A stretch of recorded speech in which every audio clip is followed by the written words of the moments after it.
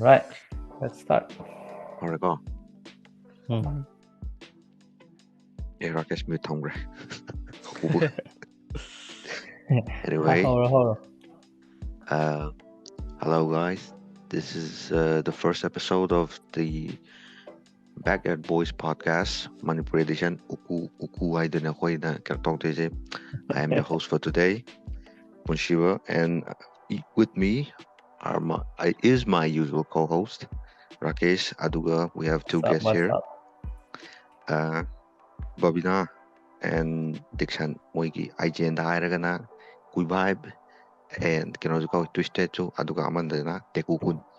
Hoigi Kenongatani, Hoi Games Hanamin Anthony. Legendary gamer. Legend. Man, hello guys. Deku the editors or him Deku. Deku the man, the fastest hand you can in the west. In the west. Far west. Aduga Koi Kenojina.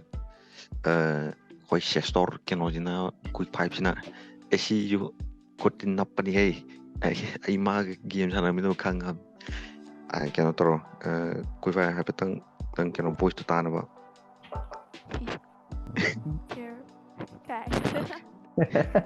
Okay. Kenone. Koi see the when I see the can talk the river podcast the young views of which she don't find phone views I'm learning personal Anthony Sida Miami offended over copy out target can talk what we be a day. See the can only some Discord some fun and content somebody what I some told that there's some interesting way of cake you're putting the position share toning we record Torga Miami Tadok Company. See the Miami what we be a day. I don't can only be target feedback like people like target Makadum. mayamna comment rum thambiramo ado ngasi gidi topic se Rakesh kari koi sanje ba koi apart side je anambana hadi to state hoi Deku hoi pokoi pungri anambana kaino matam dane ha covid matam da thabak leina da Bangkok campaign leina da matam da thabak campaign leina da matam da Discord se akoi gi kaino ne hai tare home ground second home night time adai matam Discord ta lai mi da ya mi 33 taahum da laiba yaure tara de tadre minimum ada akhoi thaina Discord ta channel tongan hoji ga we tongan le ko thaina channel tongan de kan gi channel amda mi tara punjalla kharam to ta thana kharam PUBG kapa khara mobile legend kapa gi in game call mayam do adu tongan ga leina amta natte ha same server da ne land party ta ta ba ai no kai no yaw ni kron tikuna mi chalo ha ai go na do ta adam game ni ma adu da mai khannara pangata ne adagidi kilitana sabada adum adu pungra adu kilitana gang ni kana kilitana gang dan kuidri tharoi janam saroi anai ado game dai khan akhoi ta je tawge tawje te ta game dai khangna gina game tu dum sanna che da khoi gi Manipur gi gaming scene ji du yam thina change la ai tare when thaina sanna rakpa dai di Deku to state ojina anova generation du ne ba hadi ojina kano dai horak to ne ba hadi online game mobile dagi mobile so FPS so online ga oigre da some adugi some khan some wari sana je tawng da koi hor lekin game kari to kano chapter 1 ga ha chapter 1 je ai harage se koi udik sana do game ga je game haraga kano gi offline da toba moi gi ka hede board game ko na tresi di online atane ujikti online gi age woram ko hadi anai sa wani akoina control on offline rak targa jo dum mayang pulo sanarak pa hadi kano samnar da koi tekan gi sin da mayam kano leram bidana akoina angang oi kan da Rakesh ka umna trana ai coin thada bi to wani nung dawn school halaga yum de lo patara pur ping pong da sanabda adu nei je haurang paigraga kano makai makongani kak nam AD ꯄꯥꯏꯔꯒ sorry AD ꯄꯥꯏꯔꯒ button spam ꯇꯧꯔꯗꯤ ꯂꯣꯏꯔꯦ ꯑꯗꯨꯅꯦ ꯑꯗꯨꯏꯗꯨꯅ ꯑꯗꯨꯒꯤ first competitive ꯁꯤꯟ ꯑꯣꯏꯔꯝꯒꯅꯤ ꯒꯦꯃꯤꯡꯒꯤꯗꯤ ꯃꯅꯤꯄꯨꯔꯗ ꯑꯩꯈꯣꯏ ꯃꯅꯤꯄꯨꯔꯗꯗꯤ ꯑꯩꯅ ꯈꯪꯕꯗ ꯑꯗꯨꯏ ꯃꯃꯥꯡꯒꯤꯗꯗꯤ ꯂꯩꯔꯝꯗꯧꯗꯤ ꯃꯥꯟꯗꯦ ꯀꯩ ꯍꯥꯏꯅꯤꯡꯉꯤ ꯇꯨꯁꯇꯦ ꯅꯪ ꯅꯣꯏ ꯑꯗꯨꯋꯥꯏꯒꯤꯗꯤ ꯀꯃꯥꯏꯅ ꯇꯧꯋꯤ ꯍꯥꯏꯐꯦꯠꯇꯪ ꯍꯥꯏꯔꯛꯑꯣꯅꯦ ꯅꯪꯒꯤꯁꯨ ꯃꯥꯁꯦ ꯚꯣꯏꯁꯁꯦ ꯅꯨꯡꯉꯥꯏꯇꯕ꯭ꯔꯣ ꯗꯤꯂꯦ ꯂꯩꯕ ꯃꯥꯜꯂꯦ ꯃꯥꯏꯁꯦ ꯇꯥꯕ꯭ꯔꯣ ꯇꯥꯏ ꯍꯥꯏꯔꯣ ꯍꯥꯏꯔꯣ ꯀꯝꯄ꯭ꯌꯨꯇꯔ ꯇꯝꯕꯅꯦ ꯆꯠꯂꯒ ꯒꯦꯝ ꯁꯥꯟꯅꯔ ꯂꯩꯔꯦ ꯈꯣꯏꯃꯥꯅ ꯐꯥꯕꯒꯤ ꯌꯥꯎꯈ꯭ꯔꯦ ꯀꯩꯅꯣ ꯀꯩ ꯒꯦꯝꯅꯣ ꯅꯪ ꯍꯥꯏꯗꯤ ꯁꯥꯟꯅꯩꯁꯦ ꯃꯥꯒꯤꯁꯦ ꯃꯥꯏꯀ꯭ꯔꯣꯐꯣꯟꯁꯦ ꯈꯤꯇꯪ ꯅꯨꯡꯉꯥꯏꯇꯕ ꯃꯥꯜꯂꯦ ꯃꯥꯒꯤꯁꯦ ꯑꯗꯨꯕꯨ But ꯃꯌꯥꯝ no ꯋꯥꯔꯧꯕ worries. ꯌꯥꯗꯦ no worries we'll fix No this in worries, no post worries. Technical difficulties ꯂꯩꯕ ꯉꯥꯛꯇꯅꯤ ꯍꯥꯏꯗꯤ ꯑꯗꯣ ꯑꯣꯀꯦ ꯑꯩꯅ ꯀꯣꯟꯇꯦꯛꯁ ꯑꯃ ꯌꯥꯝ ꯅꯨꯡꯉꯥꯏꯕ ꯀꯣꯟꯇꯦꯛꯁ ꯑꯃ ꯍꯥꯏꯒꯦꯕꯀꯣ ꯑꯩꯈꯣꯏꯒꯤꯁꯦ ꯗꯤꯐ꯭ꯔꯦꯟ ꯑꯦꯔꯤꯌꯥꯅꯦ ꯒꯦꯃꯤꯡ ꯁꯤꯟ ꯗꯤꯐ꯭ꯔꯦꯟꯅꯦꯕ ꯄꯨꯟꯁꯤꯕꯅ ꯂꯩꯔꯛꯄ ꯗꯦꯀꯨꯅ ꯊꯥꯡꯃꯩꯕꯟꯅꯦꯕ ꯈꯪꯕ꯭ꯔꯥ ꯑꯩꯅ ꯅꯒꯥꯝꯄꯥꯜ ꯂꯩ ꯄꯨꯟꯁꯤꯕꯅ ꯀꯩꯅꯣ ꯑꯣꯏꯗꯣꯏ ꯅꯠꯇ꯭ꯔꯥ ꯂꯥꯡꯗꯨꯝ ꯑꯣꯏꯗꯣꯏ ꯅꯠꯇ꯭ꯔꯥ ꯂꯥꯡꯗꯨꯝ +1 ꯈꯩ ꯍꯥꯏꯗꯣ ꯂꯥꯡꯗꯨꯝ ꯄ꯭ꯂꯁ ꯋꯥꯡꯈꯩꯅꯦꯕ ꯑꯩꯗꯤ 50-50ꯅꯤ ꯁꯤꯡꯖꯃꯩ ꯕꯤꯖꯤꯅꯦꯁꯅ ꯁꯤꯡꯖꯃꯩ ꯑꯗꯨꯅ ꯒꯦꯃꯤꯡꯁꯤꯗꯤ ꯗꯤꯐ꯭ꯔꯦꯟ ꯉꯥꯛꯇꯅꯦꯕ ꯗꯦꯀꯨꯟ ꯅꯣꯏ ꯑꯗꯨꯗꯤ ꯊꯥꯡꯃꯩꯕꯟꯒꯤ ꯒꯦꯃꯤꯡꯁꯤꯡꯁꯦ ꯀꯃꯥꯏꯅ ꯇꯧꯗꯣꯏꯅꯣ ꯀꯃꯥꯏꯅ ꯇꯧꯒꯦ ꯍꯥꯏꯔꯣꯅꯦ ꯍꯥꯏꯐꯦꯠ ꯊꯥꯏꯅꯒꯤ ꯍꯥꯏꯁꯦ ꯁꯨꯃꯥꯏꯅ ꯍꯥꯏꯗꯤ ꯆꯠꯂꯒ ꯇꯦꯀꯟ ꯍꯥꯏꯇꯥꯔꯦ ꯄꯤꯡꯄꯣꯝꯗ ꯁꯥꯟꯅꯕ ꯀꯣꯏꯟ ꯂꯩꯔꯒ ꯁꯥꯟꯅꯕꯗꯣ ꯑꯗꯨ ꯃꯇꯝꯗꯒꯤ ꯑꯗꯨꯝ ꯁꯥꯟꯅꯔꯛꯑꯦ ꯑꯗꯣ ꯑꯩꯈꯣꯏ मनाꯛꯇꯁꯨ ꯁꯥꯟꯅꯔꯛꯑꯦ ꯃꯐꯝ ꯂꯩ ꯑꯗꯩꯗꯤ ꯗꯣꯂꯥꯂꯦꯟꯗꯁꯨ ꯌꯥꯝ ꯆꯠꯂꯝꯃꯦ ꯗꯣꯂꯥꯂꯦꯟ ꯃꯅꯨꯡ ꯍꯣꯏ ꯗꯣꯂꯥꯂꯦꯟ ꯃꯅꯨꯡꯗ ꯃꯣꯏ PS2 ꯑꯗꯩꯗꯤ ꯍꯧꯖꯤꯛꯀꯤ ꯇꯦꯀꯟꯒꯤ ꯕꯣꯛꯁꯇꯣ ꯑꯗꯨꯁꯨ ꯂꯩꯌꯦ ꯑꯗꯨ ꯆꯠꯂꯝꯃꯦ ꯑꯗꯩꯗꯤ ꯈꯔ ꯂꯩꯔꯒ ꯑꯩꯈꯣꯏ ꯃꯅꯤꯡꯒꯤ ꯁꯥꯏꯕꯔ ꯀꯦꯐꯦ ꯑꯃ ꯂꯩ ꯑꯗꯨꯗ PC ꯒꯦꯝ ꯁꯥꯟꯅꯕ ꯍꯧꯔꯛꯑꯦ ꯑꯣꯟꯂꯥꯏꯟꯗꯤ ꯅꯠꯇꯦ ꯑꯣꯐꯂꯥꯏꯟ ꯉꯥꯛꯇꯅꯦ ꯂꯦꯟꯗ ꯍꯣꯏ ꯂꯦꯟꯗ ꯑꯍꯥꯟꯕꯗ ꯑꯩꯁꯦ ꯐ꯭रीडꯝ ꯐꯥꯏꯇꯔ ꯍꯥꯟꯅ ꯁꯥꯟꯅꯔꯦ ꯑꯗꯩꯗꯤ ꯀꯥꯎꯟꯇꯔ ꯏꯁꯇ꯭ꯔꯥꯏꯛꯁꯦ ꯑꯃꯨꯛ ASI ꯀꯩꯀꯥꯗꯨꯕꯨꯗꯤ ꯑꯗꯨꯝ ꯁꯥꯟꯅꯔꯦ ꯑꯗꯩꯗꯤ ꯂꯦꯟꯗ ꯀꯥꯎꯟꯇꯔ ꯏꯁꯇ꯭ꯔꯥꯏꯛ ꯁꯥꯟꯅꯕꯁꯦ ꯍꯧꯔꯛꯑꯦ ꯀꯥꯎꯟꯇꯔ ꯏꯁꯇ꯭ꯔꯥꯏꯛꯁꯦ ꯐꯖꯅ ꯀꯨꯏꯅ ꯁꯥꯟꯅꯩ ꯑꯗꯨꯒꯤ ꯃꯇꯨꯡꯗ ꯑꯩꯈꯣꯏ ꯃꯅꯥꯛꯇ ꯏꯌꯥꯝꯕ ꯍꯥꯏꯇꯥꯔꯦ ꯃꯥ ꯂꯩ ꯃꯥꯅ ꯗꯣꯇꯥꯁꯦ ꯁꯥꯟꯅꯔꯛꯄꯅꯦꯕ ꯗꯣꯇꯥ ꯋꯥꯟꯁꯦ ꯁꯥꯟꯅꯕ ꯑꯗꯩꯗꯤ ꯑꯩꯅ ꯔꯤꯝꯁ ꯔꯣꯗꯀꯤꯗ ꯑꯃ ꯆꯠꯂꯨꯕꯗꯁꯨ ꯗꯣꯇꯥꯁꯦ ꯄꯨꯂꯞ ꯁꯥꯟꯅꯔ ꯂꯩꯔꯝꯃꯦꯕ ꯑꯗꯨꯗ ꯑꯩꯁꯦ ꯀꯩ ꯒꯦꯝꯅꯣ ꯃꯣꯏꯅ ꯌꯥꯝ ꯅꯨꯡꯉꯥꯏꯅ ꯁꯥꯟꯅꯩꯁꯦ ꯀꯩꯅꯣ ꯑꯩꯗꯤ ꯀꯣꯛ ꯉꯥꯎꯔꯕ ꯈꯪꯗꯕꯅꯤꯅ ꯑꯗꯩꯗꯤ ꯗꯣꯇꯥꯅꯦ ꯁꯨꯃꯥꯏꯅ ꯇꯧꯕꯅꯤ ꯈꯣꯠꯄꯅꯤ ꯍꯥꯏꯔꯦ ꯑꯗꯨꯒ ꯍꯧꯖꯤꯛꯀꯤ ꯏꯌꯥꯝꯕꯁꯤꯅ ꯃꯥꯅ ꯁꯥꯟꯅꯕꯁꯤ ꯌꯦꯡꯍꯜꯂꯦ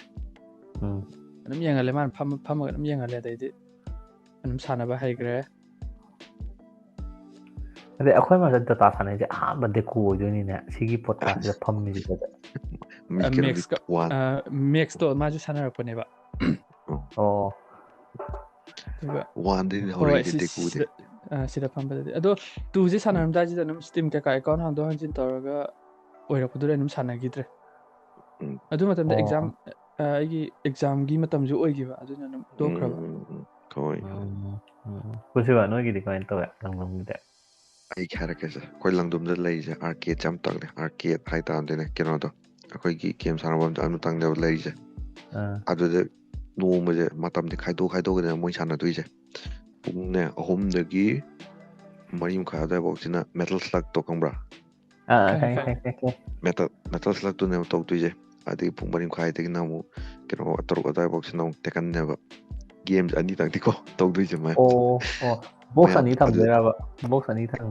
ꯕꯣꯛꯁꯤꯁꯨ ꯑꯃꯇꯪꯅꯦꯕ ꯂꯩ ꯀꯟꯇ꯭ꯔꯣꯂꯔ ꯑꯅꯤꯇꯪꯅꯦꯕ ꯕꯣꯛꯁ ꯑꯃ ꯀꯩꯅꯣ ꯇꯧ ꯑꯗꯨꯅ ꯀꯩꯅꯣ ꯇꯧ ꯌꯥꯗꯕ ꯑꯗꯨꯅ ꯒꯦꯝꯁꯦ ꯃꯇꯝ ꯈꯥꯏꯗꯣꯛꯀꯅꯦꯕ ꯃꯌꯥꯝꯁꯦ ꯑꯗꯨ ꯇꯧꯅꯗꯣꯏꯁꯦ ꯍꯦꯛꯇ ꯂꯩꯀꯥꯏ 4-5ꯒꯤ ꯑꯉꯥꯡꯈꯩ ꯄꯨꯂꯞ ꯑꯗꯨ ꯂꯥꯛꯇꯣꯏꯁꯦ ꯍꯣꯏꯖꯜꯂꯒ ꯏꯃꯥꯏ ꯀꯩꯅꯣ ꯇꯧꯕꯤꯅꯦꯕ ꯑꯗꯨ ꯃꯄꯨꯗꯣ ꯑꯩ ꯌꯥꯝ ꯊꯤꯅ ꯅꯣꯛꯅꯤꯡꯕ ꯑꯦꯅꯦꯛꯗꯣꯠ ꯑꯃ ꯂꯩꯌꯦ ꯋꯥꯔꯤ ꯃꯆꯥ ꯑꯃ ꯑꯩꯈꯣꯏꯅ ꯀꯩꯅꯣ ꯇꯧꯕ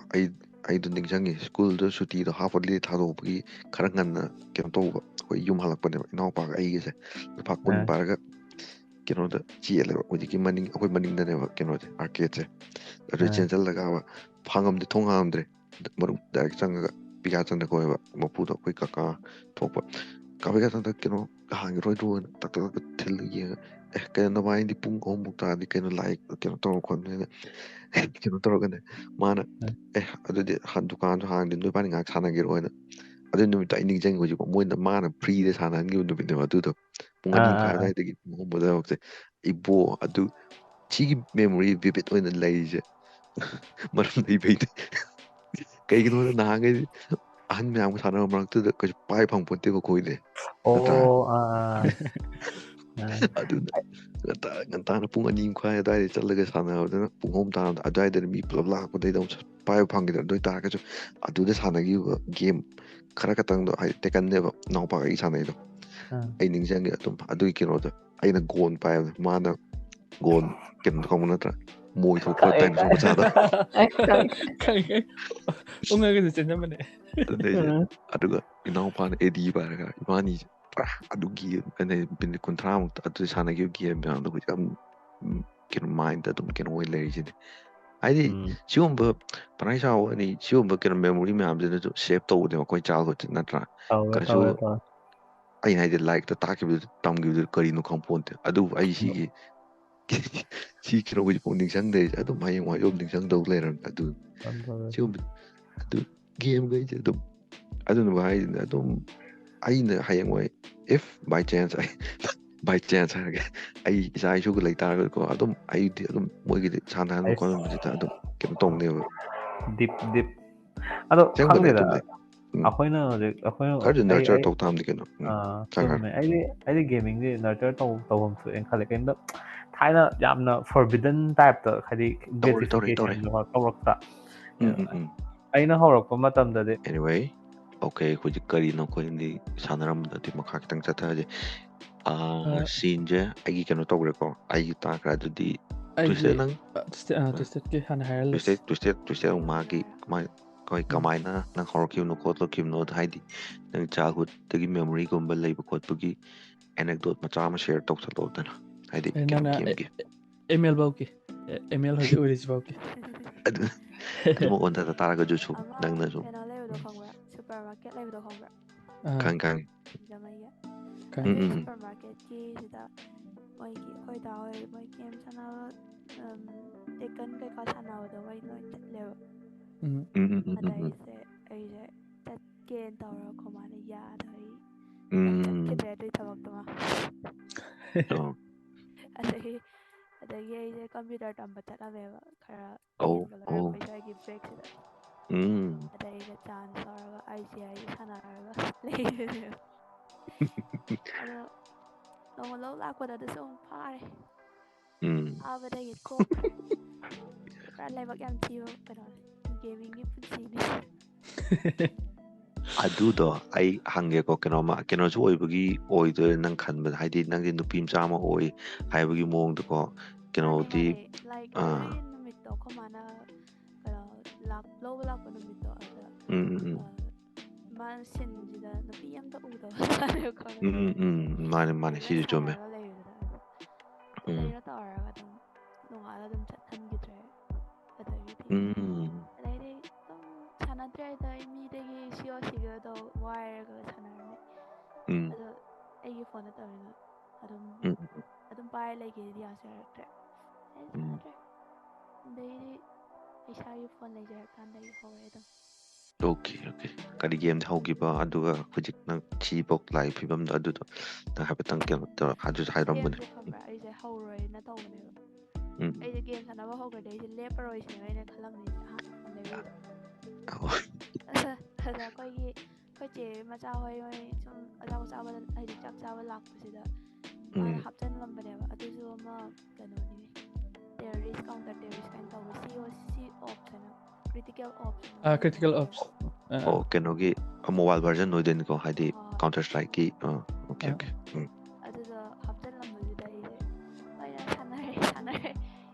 ꯑꯗꯨꯝ ꯁꯥꯟꯅꯔꯦ ꯈꯔ ꯂꯣꯏꯒꯠꯂꯛꯑ ꯀꯥꯟꯁꯤꯗ ꯍꯦꯛꯀꯔ ꯑꯃꯨꯛ ꯌꯥꯎꯔꯛꯄꯤꯅꯦ ꯑꯗꯩꯗꯤ ꯑꯗꯨꯏ ꯃꯇꯝꯗꯣ ꯑꯦꯅꯤꯃꯦꯒꯤ ꯑꯃ ꯀꯔꯤꯕ ꯑꯩꯈꯣꯏ ꯃꯅꯤꯄꯨꯔꯗꯒ ꯌꯥꯝ ꯇꯧꯕꯗꯣ ꯀꯣꯁꯄ꯭ꯂꯦꯒ ꯇꯧꯅꯔꯒ ꯀꯣꯁꯄ꯭ꯂꯦ ꯍꯣꯏ ꯑꯗꯨꯏ ꯈꯔ ꯃꯇꯝꯗ ꯑꯣꯏꯕꯅꯦꯕ ꯀꯩꯅꯣꯒꯨꯝꯕ ꯑꯣꯏꯗꯣꯏꯔꯥ ꯔꯦꯁꯣ ꯍꯥꯏꯗꯣꯏꯔꯥ ꯑꯃ ꯂꯩꯗꯥꯏꯅꯦ ꯃꯣꯏꯒꯤ ꯍꯣꯏ ꯑꯗꯨꯃꯥꯏꯅ ꯌꯥꯝ MITꯅ ꯇꯧꯕꯗꯣ ꯁꯤꯟꯕ ꯀꯥꯡꯕꯨꯗꯣ ꯑꯗꯨꯏ ꯃꯇꯝꯗ ꯍꯦꯛꯇ ꯀꯣꯔꯣꯅꯥ ꯍꯧꯗ꯭ꯔꯤꯀꯥꯟꯗ ꯌꯥꯝ ꯁꯤꯟꯅꯔꯝꯃꯤꯅꯤ ꯑꯗꯨꯗ ꯑꯩꯁꯦ ꯒ꯭ꯔꯨꯞ ꯑꯃ ꯌꯥꯎꯁꯜꯂꯛꯑꯦꯕ ꯑꯗꯨꯏ ꯒ꯭ꯔꯨꯞꯁꯤꯗ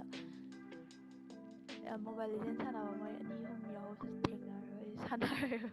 오케이. 크리티컬 업체 해커 열었거든 야우다우데. ꯑꯗꯩꯗꯤ ꯑꯗꯨꯝ ꯁꯥꯟꯅꯈ꯭ꯔꯦ. 오케이. ꯑꯗꯣ ꯍꯧꯖꯤꯛꯅ ꯑꯗꯨ ꯁꯥꯟꯅꯕ ꯃꯇꯨꯡꯗꯒꯤ ꯍꯥꯏꯗꯤ ꯀꯦꯔꯤꯌꯔ ꯑꯣꯞꯁꯟꯃꯛ ꯅꯠꯇ ꯇꯥꯔꯒꯁꯨ ꯁꯥꯏꯠꯀꯤ ꯀꯩꯅꯣ ꯑꯣꯏꯅꯀꯣ ꯅꯪ ꯁ꯭ꯇ꯭ꯔꯤꯝ ꯇꯧꯕ ꯑꯗꯒꯤ ꯀꯩꯅꯣ ꯇꯧꯕ ꯍꯥꯏꯗꯤ ꯁ꯭ꯄꯣꯟꯁꯔꯁꯤꯞꯀꯨꯝꯕꯗꯤ ꯂꯥꯛꯇꯦꯀꯣ ꯅꯪꯒꯤꯁꯦ ꯂꯥꯛꯄ꯭ꯔꯥ ꯀꯃꯥꯏꯅ ꯇꯧꯋꯤ ꯑꯗꯨꯒꯨꯝꯕꯗꯤ ꯑꯗꯨ ꯑꯣꯏꯇꯥꯔꯒꯁꯨ ꯑꯗꯨꯝ ꯅꯪ PUBGꯒꯤꯕꯨꯗꯤ ꯀ꯭ꯂꯥꯟꯒꯤ ꯔꯤꯀ꯭ꯔꯨꯏꯠꯃꯦꯟ ꯇꯧꯔꯝꯕꯅꯦꯕ 오케이. ꯎꯝ 오케이. ꯍꯥꯏꯗꯤ ꯁꯤꯁꯨ ꯁꯤꯟꯁꯦ ꯑꯅꯧꯕ ꯑꯣꯏꯔꯤꯕꯅꯤꯅ ꯌꯥꯝ ꯀꯩꯅꯣ ꯇꯧꯕꯁꯦ ꯍꯥꯏꯗꯤ ꯔꯤꯁꯀꯤ ꯚꯦꯟꯆꯔꯃꯛꯁꯨ ꯍꯥꯏꯕꯃꯛꯇꯤ ꯌꯥꯗꯦ ꯑꯗꯨ ꯑꯣꯏꯇꯥꯔꯒꯁꯨ ꯃꯤꯅ ꯑꯗꯨꯝ ꯈꯟꯅꯕꯗ ꯀꯩꯅꯣ ꯃꯣꯏꯅ ꯇꯧꯔꯤꯁꯤꯕꯨ ꯑꯣꯏꯕ ꯌꯥꯒꯗ꯭ꯔꯥ ꯍꯥꯏꯕꯒꯤ ꯆꯤꯡꯅꯕ ꯑꯃꯁꯨ ꯂꯩꯕꯒꯤꯅꯤꯗ ꯇꯁꯦꯡꯅ ꯍꯧꯖꯤꯛꯁꯦ ꯀꯩꯅꯣꯁꯨ ꯑꯣꯏꯕꯒꯤ ꯑꯗꯨꯕꯨ ꯌꯥꯝ ꯊꯤꯅ ꯁ꯭ꯇ꯭ꯔꯤꯝꯗꯨꯅ ꯁꯛꯁꯦꯁꯐꯨꯜ ꯑꯣꯏꯈꯤ ꯇꯥꯔꯒꯗꯤ ꯑꯗꯨꯅ ꯑꯃꯨꯛ ꯚꯥꯏꯕꯜ ꯑꯣꯞꯁꯟ ꯑꯃꯃꯨꯛꯇꯤ ꯑꯣꯏꯔꯛꯇꯣꯏꯅꯦꯕ ꯍꯥꯏꯗꯤ ꯀꯦꯔꯤꯌꯔ ꯑꯃ ꯁꯦꯝꯒꯠꯄꯒꯤ ꯑꯗꯨ ꯍꯥꯏꯔꯒ ꯗꯦꯀꯨ ꯅꯪꯁꯨ ꯁ꯭ꯇ꯭ꯔꯤꯝ ꯇꯧꯋꯤꯗꯅ ꯑꯗ ꯅꯕꯥꯅꯤꯒꯤ ꯍꯥꯏꯐꯦꯠꯇꯪ ꯋꯥꯔꯤꯗꯨ ꯀꯩꯅꯣ ꯇꯥꯁꯤꯅ ꯍꯥꯏꯗꯤ ꯀꯃꯥꯏꯅ ꯁꯤ ꯁ꯭ꯇ꯭ꯔꯤꯃꯤꯡꯒꯤ ꯁꯤꯟ ꯑꯃ ꯍꯧꯖꯤꯛꯀꯥꯟ ꯌꯥꯝ ꯀꯟꯅ ꯇꯧꯈꯠꯂꯛꯏꯁꯦ ꯑꯩꯈꯣꯏ ꯀꯩꯅꯣꯗ ꯃꯅꯤꯄꯨꯔꯗ ꯀꯩꯅꯣꯗꯒꯤ ꯍꯧꯈꯤꯗꯅ ꯁꯤꯁꯦ ꯑꯅꯝꯕꯅ ꯑꯩꯅ ꯈꯪꯕꯗꯗꯤ ꯀꯣꯔꯣꯅꯥꯒꯤ ꯃꯇꯝꯁꯤꯗ ꯁ꯭ꯄꯥꯏꯛ ꯑꯃ ꯂꯥꯛꯈꯤꯕꯅꯦ ꯍꯥꯏꯗꯤ ꯃꯌꯥꯝꯁꯦ ꯌꯨꯝꯗꯒꯤ ꯊꯣꯛꯅꯕꯁꯨ ꯌꯥꯗꯕ ꯌꯨꯝꯁꯦ ꯊꯣꯛꯅꯕꯁꯨ ꯌꯥꯗꯕ ꯑꯗꯒꯤ ꯑꯩꯈꯣꯏ ꯃꯌꯥꯝ ꯍꯥꯏꯗꯤ ꯉꯁꯥꯏ ꯍꯥꯏꯗꯅ ꯔꯥꯀꯦꯁꯅꯁꯨ ꯗꯤꯁꯀꯣꯔꯠꯇ ꯐꯝꯗꯅ ꯈꯣꯠꯇꯅ ꯑꯗꯨ ꯀꯩꯀꯥ ꯇꯧꯅꯔꯛꯄꯗꯒꯤ ꯀꯩꯅꯣ ꯇꯧꯈꯤꯕꯗꯣ ꯑꯗꯨꯒꯤ ꯅꯣꯏ ꯋꯥꯔꯤ ꯍꯥꯏꯐꯦꯠ ꯁꯤꯌꯔ ꯇꯧꯔꯛꯑꯣ ꯇꯥꯏꯇꯨꯁꯨ ꯑꯗꯒꯤ ꯃꯣꯕꯥꯏꯜ ꯂꯤꯖꯦꯟꯒꯤ ꯇꯧꯔꯛꯀꯦ ꯃꯣꯕꯥꯏꯜ ꯂꯤꯖꯦꯟꯒꯤ ꯑꯅꯝꯕ ꯁꯥꯟꯅꯕ ꯍꯧꯈ꯭ꯔꯤꯁꯤꯁꯨ ꯄ꯭ꯂꯦꯌꯔ ꯌꯥꯝꯈꯠꯈ꯭ꯔꯤꯁꯦ ꯈꯪꯌꯥ ꯀꯣꯔꯣꯅꯥꯁꯤꯗꯒꯤꯁꯨ ꯑꯅꯝꯕ ꯑꯣꯏꯗꯣꯏꯅꯦꯕ ꯃꯥꯅꯦ ꯍꯥꯏꯗꯤ ꯃꯌꯥꯝꯁꯦ ꯍꯥꯏꯗꯤ ꯁ꯭ꯀꯨꯜ ꯑꯣꯐꯤꯁ ꯀꯩꯀꯥꯁꯨ ꯑꯝꯇ ꯆꯠꯄ ꯌꯥꯗ꯭ꯔꯦ ꯑꯗꯩꯗꯤ ꯗꯤꯁꯀꯣꯔꯠ ꯀꯩꯀꯥꯁꯤꯁꯨ ꯈꯪꯉꯛꯑꯒ ꯑꯗꯨꯝ ꯑꯗꯨꯗ ꯂꯩꯗꯅ ꯈꯣꯠꯇꯅ ꯒꯦꯝ ꯁꯥꯟꯅꯗꯅ ꯇꯧꯈ꯭ꯔꯦ ꯑꯗꯨꯒ MILꯁꯦ ꯃꯣꯕꯥꯏꯜ ꯂꯤꯖꯦꯟ ꯁꯥꯟꯅꯩꯁꯦ MILꯁꯤꯅ ꯀꯩꯅꯣ MILꯁꯦ ꯃꯣꯕꯥꯏꯜ ꯂꯤꯖꯦꯟꯒꯤ ꯏꯟꯐ꯭ꯂꯨꯌꯦꯟꯁꯔ ꯂꯤꯒ ꯍꯥꯏꯗꯥꯏꯅꯦ ꯃꯣꯕꯥꯏꯜ ꯍꯣꯏ ꯏꯟꯐ꯭ꯂꯨꯌꯦꯟꯁꯔ ꯂꯤꯒ ꯍꯥꯏꯕ꯭ꯔꯥ ꯑꯗꯨꯃꯥꯏꯅ ꯍꯥꯏꯒꯨꯝ ꯇꯧꯕꯅꯦ ꯑꯩꯁꯨ ꯁ꯭ꯇ꯭ꯔꯤꯝ ꯇꯧꯔꯤꯁꯦ ꯑꯅꯝꯕ ꯑꯗꯨꯗꯒꯤꯅꯦꯕ ꯍꯥꯏꯗꯤ MILꯁꯦ ꯑꯣꯏꯔꯒꯗꯤ ꯁꯨꯃꯥꯏꯅ ꯁ꯭ꯇ꯭ꯔꯤꯝꯁꯦ ꯊꯥꯔꯒ MIL ꯑꯣꯏꯔꯒ ꯒꯦꯝꯒꯤ ꯗꯥꯏꯃꯟ ꯀꯩꯀꯥ ꯃꯣꯏꯅ ꯁꯨꯃꯥꯏꯅ ꯁ꯭ꯇ꯭ꯔꯤꯝ ꯇꯧꯕꯒꯤ ꯄꯤꯕ ꯁꯦꯂꯔꯤ ꯑꯣꯏꯅ ꯍꯥꯏꯇꯥꯔꯦ ꯑꯗꯨ ꯇꯧꯕꯗ ꯑꯩꯈꯣꯏ ꯃꯔꯛꯇꯗꯤ ꯐꯦꯅꯥꯅ ꯍꯥꯟꯅꯗꯤ ꯑꯣꯏꯕꯅꯦ ꯃꯌꯥꯝ ꯐꯦꯅꯥ ꯍꯥꯏꯔꯤꯁꯦ ꯁꯨꯅꯤꯜ ꯉꯥꯉꯣꯝ ꯍꯥꯏꯅ ꯀꯩꯅꯣꯝ ꯂꯩꯌꯦ ꯑꯩꯈꯣꯏꯒꯤ ꯄꯨꯟꯕ ꯑꯩꯈꯣꯏꯒꯤ ꯕꯦꯠꯁꯄꯨꯗꯤ ꯀꯩꯅꯣ ꯑꯣꯏꯗꯣꯏꯅꯦ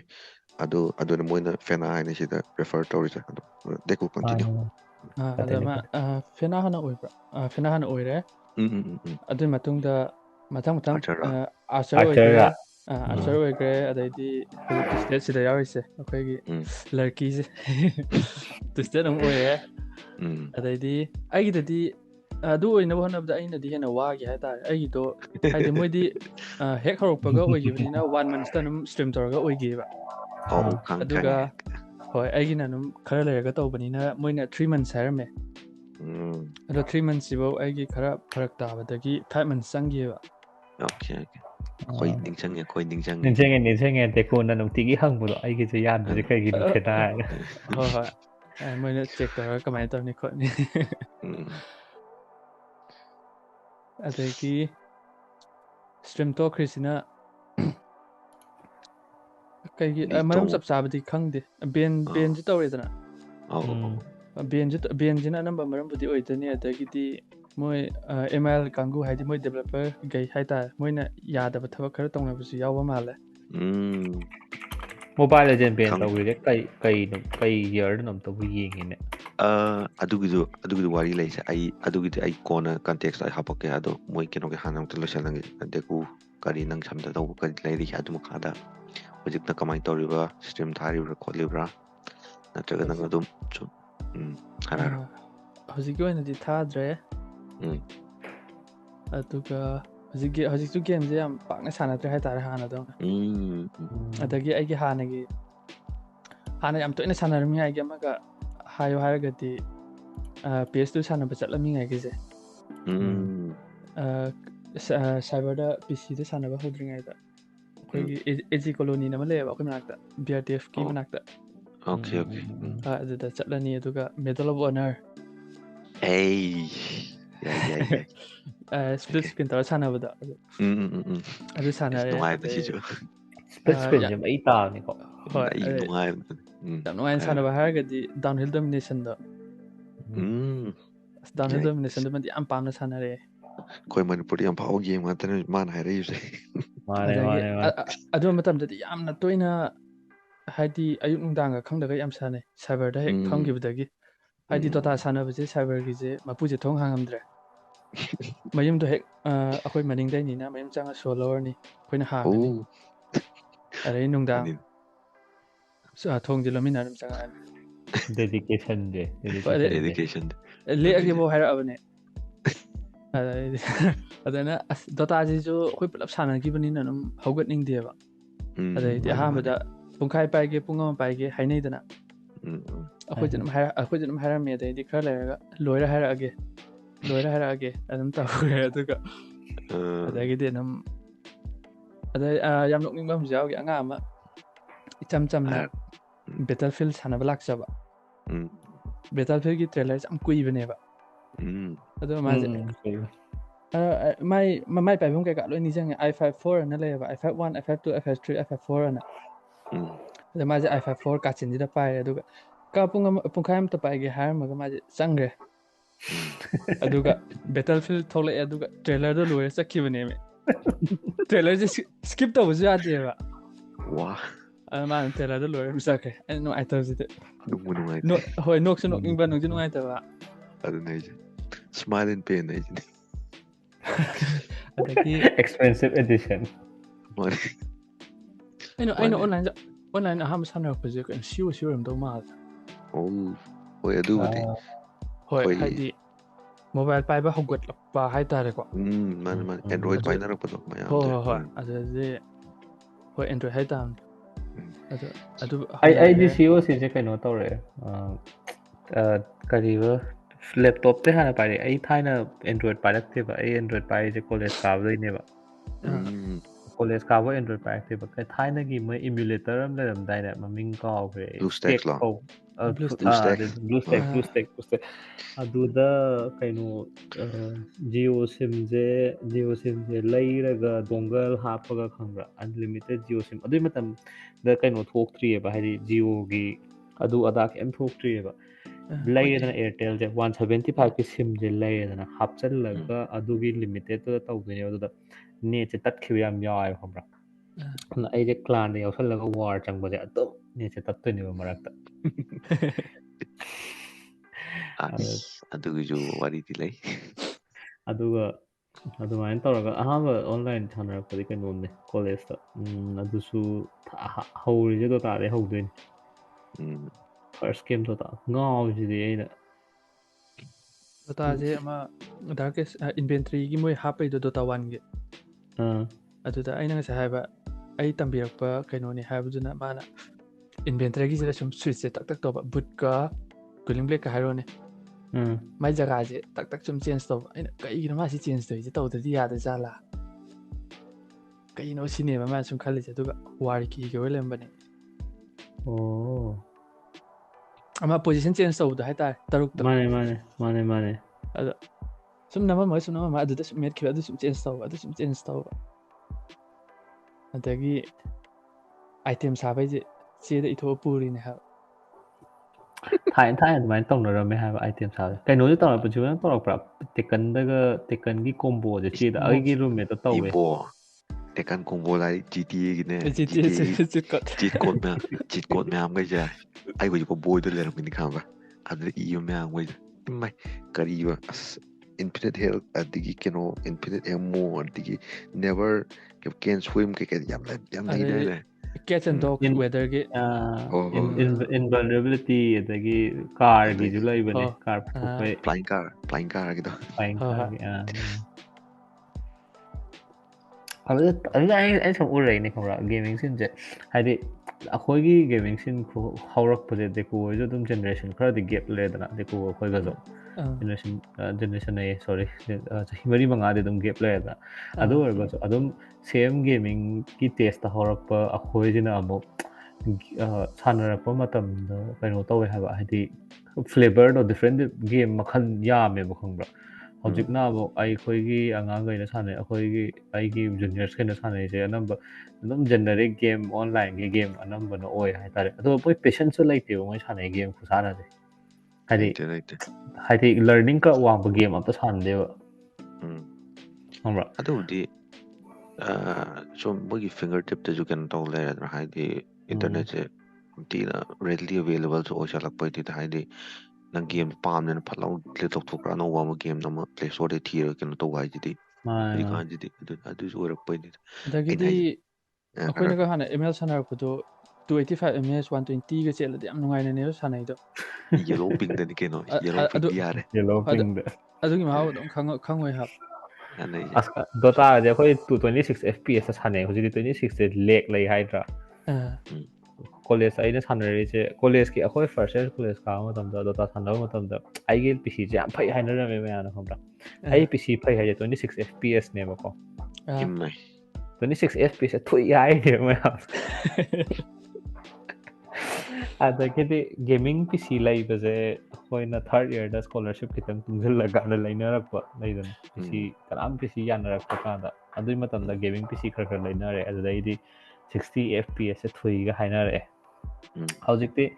ꯑꯗꯣ ꯈꯪꯗꯦ 26 FPS ꯁꯥꯟꯅꯈꯤꯕ ꯒꯦꯝ ꯈꯛꯇꯅꯦ ꯍꯧꯖꯤꯛ ꯅꯤꯡꯁꯤꯡꯉꯤꯁꯦ ꯃꯦꯃꯣꯔꯤ ꯑꯣꯏꯅ ꯂꯩꯍꯧꯔꯤꯁꯦ ꯍꯧꯖꯤꯛꯐꯥꯎ ꯑꯩ ꯅꯤꯡꯁꯤꯡꯉꯤ 2 hour 35 minutes ꯁꯥꯟꯅꯕ ꯒꯦꯝ ꯑꯃ ꯌꯥꯎꯋꯦꯕ ꯑꯩ ꯈ꯭ꯔꯤꯁꯇꯜ ꯃꯦꯗꯜ ꯄꯥꯏꯌꯦꯕ ꯑꯗꯨꯒꯤ ꯒꯦꯝ ꯑꯁ ꯑꯗꯨꯗꯤ ꯅꯪꯗꯤ ꯃꯤꯅꯦꯟ ꯑꯆꯧꯕꯅꯤꯅꯦ ꯃꯤꯅꯤꯠ ꯑꯆꯧꯕꯅꯦ ꯑꯗꯨꯒꯤ ꯈ꯭ꯔꯤꯁꯇꯜ ꯃꯦꯗꯜ ꯒꯦꯝꯗꯣ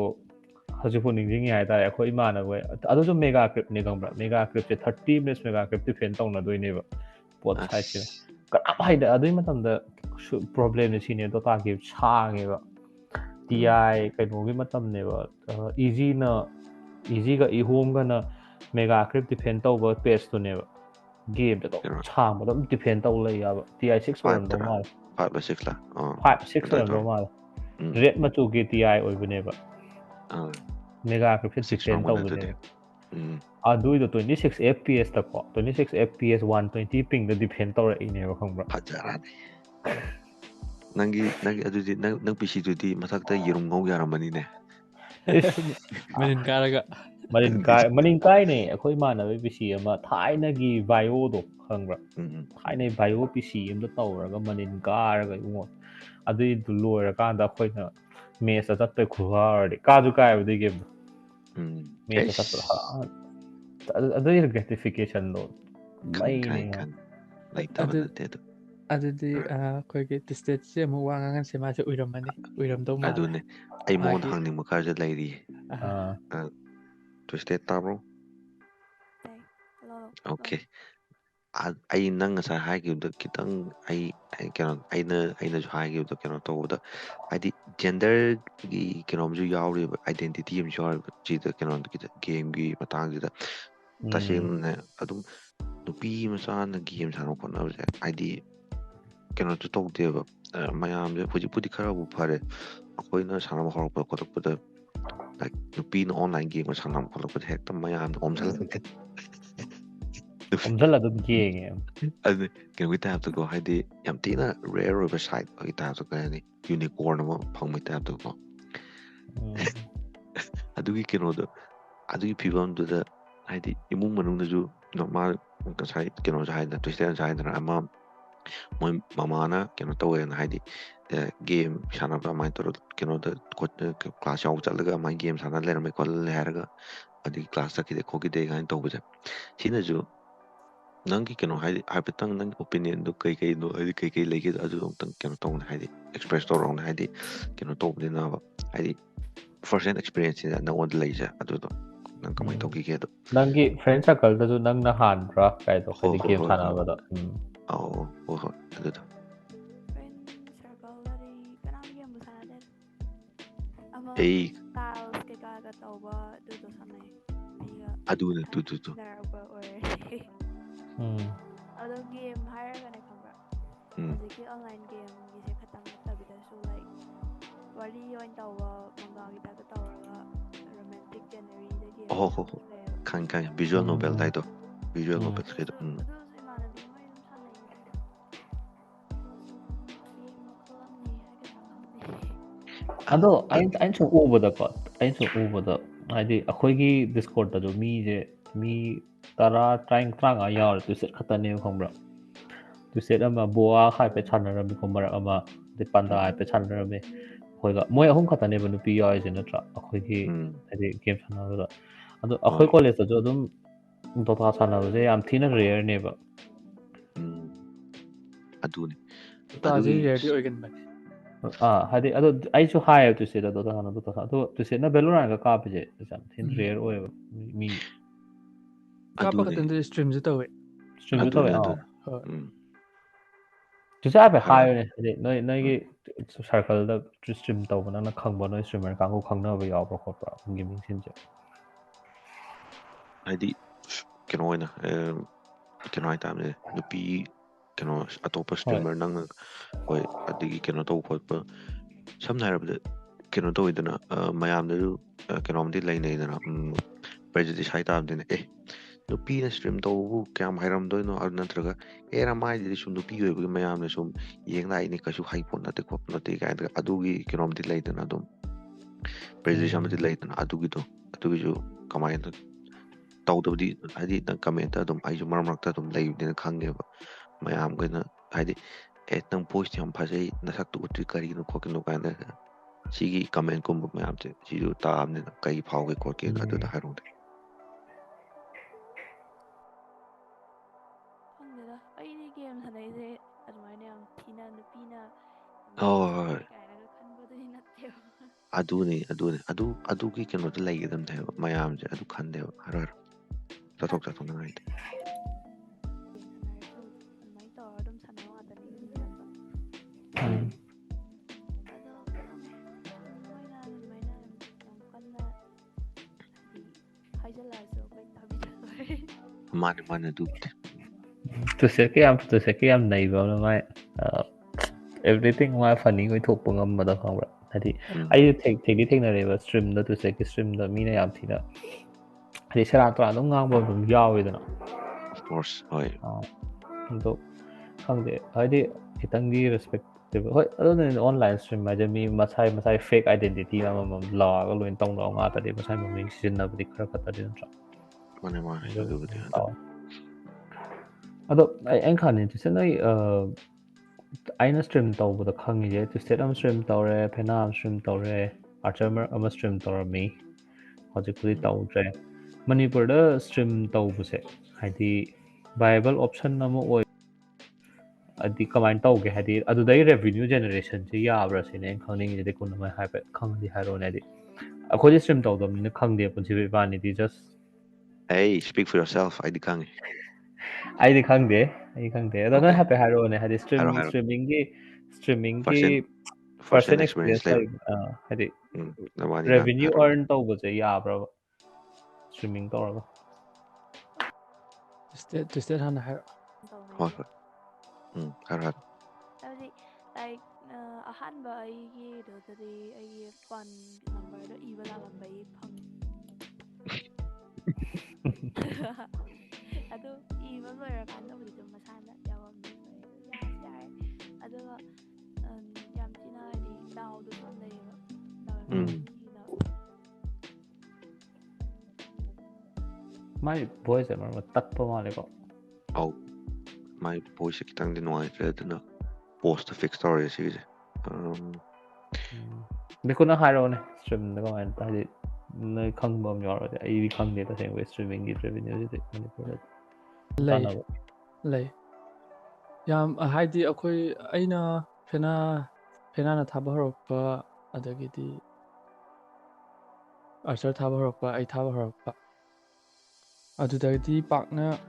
ꯍꯥꯏꯗꯤ ꯂꯩꯔꯝꯕꯗꯤ ꯌꯥꯏ ꯑꯩꯈꯣꯏꯅꯗꯤ ꯈꯪꯉꯨꯗꯕ ꯍꯥꯏꯇꯥꯔꯦ ꯑꯗꯒꯤꯗꯤ ꯈꯔ ꯂꯩꯔꯒ ꯃꯇꯝꯗꯨꯗꯗꯤ ꯑꯩꯈꯣꯏ ꯊꯥꯔꯤ ꯑꯥꯔꯆꯔꯒꯤ ꯑꯗꯩꯗꯤ ꯕꯣꯋꯥꯒꯤ ꯑꯗꯨꯒ ꯐꯦꯅꯥꯒꯤ ꯃꯣꯏ ꯁꯞꯁꯀ꯭ꯔꯤꯞꯁꯟꯒꯤ ꯑꯅ ꯐꯦꯁꯕꯨꯛꯀꯤ ꯑꯃ ꯂꯥꯛꯑꯦꯕ ꯑꯗꯨꯗ ꯃꯣꯏꯗꯣ ꯑꯦꯔꯥꯎꯟ 2000 ꯃꯤ ꯑꯣꯏꯔ ꯃꯥꯜꯂꯦ ꯑꯁꯤ ꯄꯨꯂꯞꯁꯦ ꯁꯕꯁꯀ꯭ꯔꯥꯏꯕꯔ ꯑꯣꯏꯗꯣꯏꯕ ꯍꯣꯏ ꯁꯕꯁꯀ꯭ꯔꯥꯏꯕꯔ ꯑꯣꯏꯗꯣꯏꯅꯦꯕ ꯑꯗꯨꯒꯤ ꯌꯥꯝꯅ ꯄꯩꯁꯥꯁꯦ ꯌꯥꯝ ꯐꯪꯉꯦ ꯍꯥꯏꯇꯥꯔꯦ ꯌꯥꯝ ꯀꯥꯟꯅꯕꯅꯦ ꯍꯥꯏꯇꯥꯔꯦ ꯑꯗꯨꯒꯤ ꯁꯕꯁꯀ꯭ꯔꯤꯞꯁꯟ ꯑꯗꯨꯅꯤ ꯃꯣꯏ ꯁ꯭ꯇꯥꯔꯁ ꯊꯥꯕ ꯈꯣꯠꯄꯒꯤ ꯂꯥꯛꯑꯝꯕꯅꯦꯕ ꯁ꯭ꯇꯥꯔꯁꯀꯤꯗꯨꯗꯒꯤꯗꯤ ꯍꯧꯖꯤꯛꯀꯤꯗꯨꯅ ꯍꯦꯟꯅ ꯀꯥꯟꯅꯩꯌꯦꯕ ꯑꯗꯨꯗ ꯃꯤꯗꯣ ꯈꯤꯇꯪ 2000 ꯑꯣꯏꯔꯛꯄꯅꯤꯅ ꯈꯤꯇꯪ ꯋꯥꯕ ꯍꯥꯏꯇꯥꯔꯦ ꯌꯧꯗ꯭ꯔꯁꯨ ꯌꯥꯏ ꯑꯗꯨꯝ ꯃꯥꯒꯤ ꯃꯥꯅ ꯌꯧꯔꯤꯕ ꯃꯤ ꯃꯁꯤꯡꯗꯣ ꯑꯗꯨꯒꯤꯗꯤ ꯆꯞ ꯆꯥꯅ ꯑꯗꯨꯝ ꯐꯪꯗꯣꯏꯅꯦꯕ ꯑꯗꯒꯤꯗꯤ ꯍꯧꯖꯤꯛꯀꯤꯗꯤ ꯃꯣꯏ ꯄꯦꯠ ꯄꯥꯔꯠꯅꯔꯁ ꯑꯣꯏꯕ ꯀꯩꯀꯥ ꯃꯌꯥꯝ ꯂꯥꯛꯑꯦ ꯍꯥꯟꯅ ꯑꯩꯈꯣꯏꯅ ꯊꯥꯕ ꯍꯧꯔꯛꯄꯗꯨꯗꯗꯤ ꯂꯥꯛꯑꯝꯕꯗꯤ ꯌꯥꯏ ꯑꯗꯣ ꯀꯩꯅꯣ ꯇꯧꯗꯕ ꯍꯣꯏ ꯇꯥꯗꯕ ꯍꯣꯏ ꯑꯗꯨꯒꯤ ꯃꯇꯥꯡꯁꯤꯗ ꯍꯥꯏꯐꯦꯠ ꯀꯩꯅꯣ ꯇꯧꯕꯗꯤ ꯂꯩꯔꯦ ꯍꯥꯏꯗꯤ ꯑꯩꯈꯣꯏ ꯃꯅꯤꯄꯨꯔꯗ ꯏꯁꯇ꯭ꯔꯤꯃꯔ ꯑꯆꯧꯕ ꯑꯗꯨꯝ ꯍꯥꯏꯗꯤ 100K ꯀꯩꯅꯣꯒ ꯍꯦꯟꯕꯗꯤ ꯂꯩ ꯐꯣꯂꯣꯋꯔꯒ ꯍꯦꯟꯕꯗꯤ ꯌꯨꯇ꯭ꯌꯨꯕ ꯅꯠꯇꯦ ꯐꯦꯁꯕꯨꯛꯇ ꯂꯩꯌꯦꯕ ꯀꯔꯤꯕ ꯁꯟꯗ꯭ꯔꯦꯝꯕꯤ ꯍꯥꯏꯕ꯭ꯔꯥ ꯀꯩꯅꯣ ꯁꯟꯗ꯭ꯔꯦꯝꯕꯤ ꯒꯦꯃꯤꯡ ꯍꯥꯏꯕ꯭ꯔꯥ ꯀꯩꯅꯣ ꯑꯃ ꯂꯩꯗꯥꯏꯅꯦ ꯂꯩꯕꯨꯗꯤ ꯂꯩ ꯑꯗꯣ ꯐꯣꯂꯣꯋꯔꯁ ꯃꯁꯤꯡꯗꯤ ꯈꯪꯗꯦ ꯑꯩꯅ ꯍꯥꯏꯁꯦ ꯂꯥꯝ ꯌꯥꯎ ꯇꯥꯔꯒꯗꯤ ꯃꯌꯥꯝ ꯁꯥꯎ ꯌꯥꯗꯦ ꯑꯩꯁꯨ ꯀꯩꯅꯣ ꯈꯛꯇꯅꯤ ꯐꯖꯅ ꯈꯪꯕ ꯅꯠꯇꯦ ꯑꯗꯨꯒ ꯃꯤꯁꯇꯔ ꯕꯤꯁꯣ ꯀꯥꯏꯅꯒ ꯑꯁꯤꯃꯗꯤ ꯑꯩ ꯐꯥꯔꯁ ꯀꯩꯅꯣ ꯍꯥꯏꯐꯦꯠꯇꯪ ꯇꯥꯕꯗ ꯈꯪꯉꯦꯕ ꯃꯁꯥꯃꯛꯁꯨ ꯀꯩꯅꯣ ꯑꯣꯏꯕ ꯃꯥꯜꯂꯦ ꯒꯚꯔꯟꯃꯦꯟ ꯑꯦꯝꯄ꯭ꯂꯣꯌꯤ ꯀꯩꯅꯣꯗ PWDꯗ ꯑꯣꯏ ꯍꯥꯏꯐꯦꯠ ꯑꯩ ꯉꯥꯡꯉꯤꯁꯦ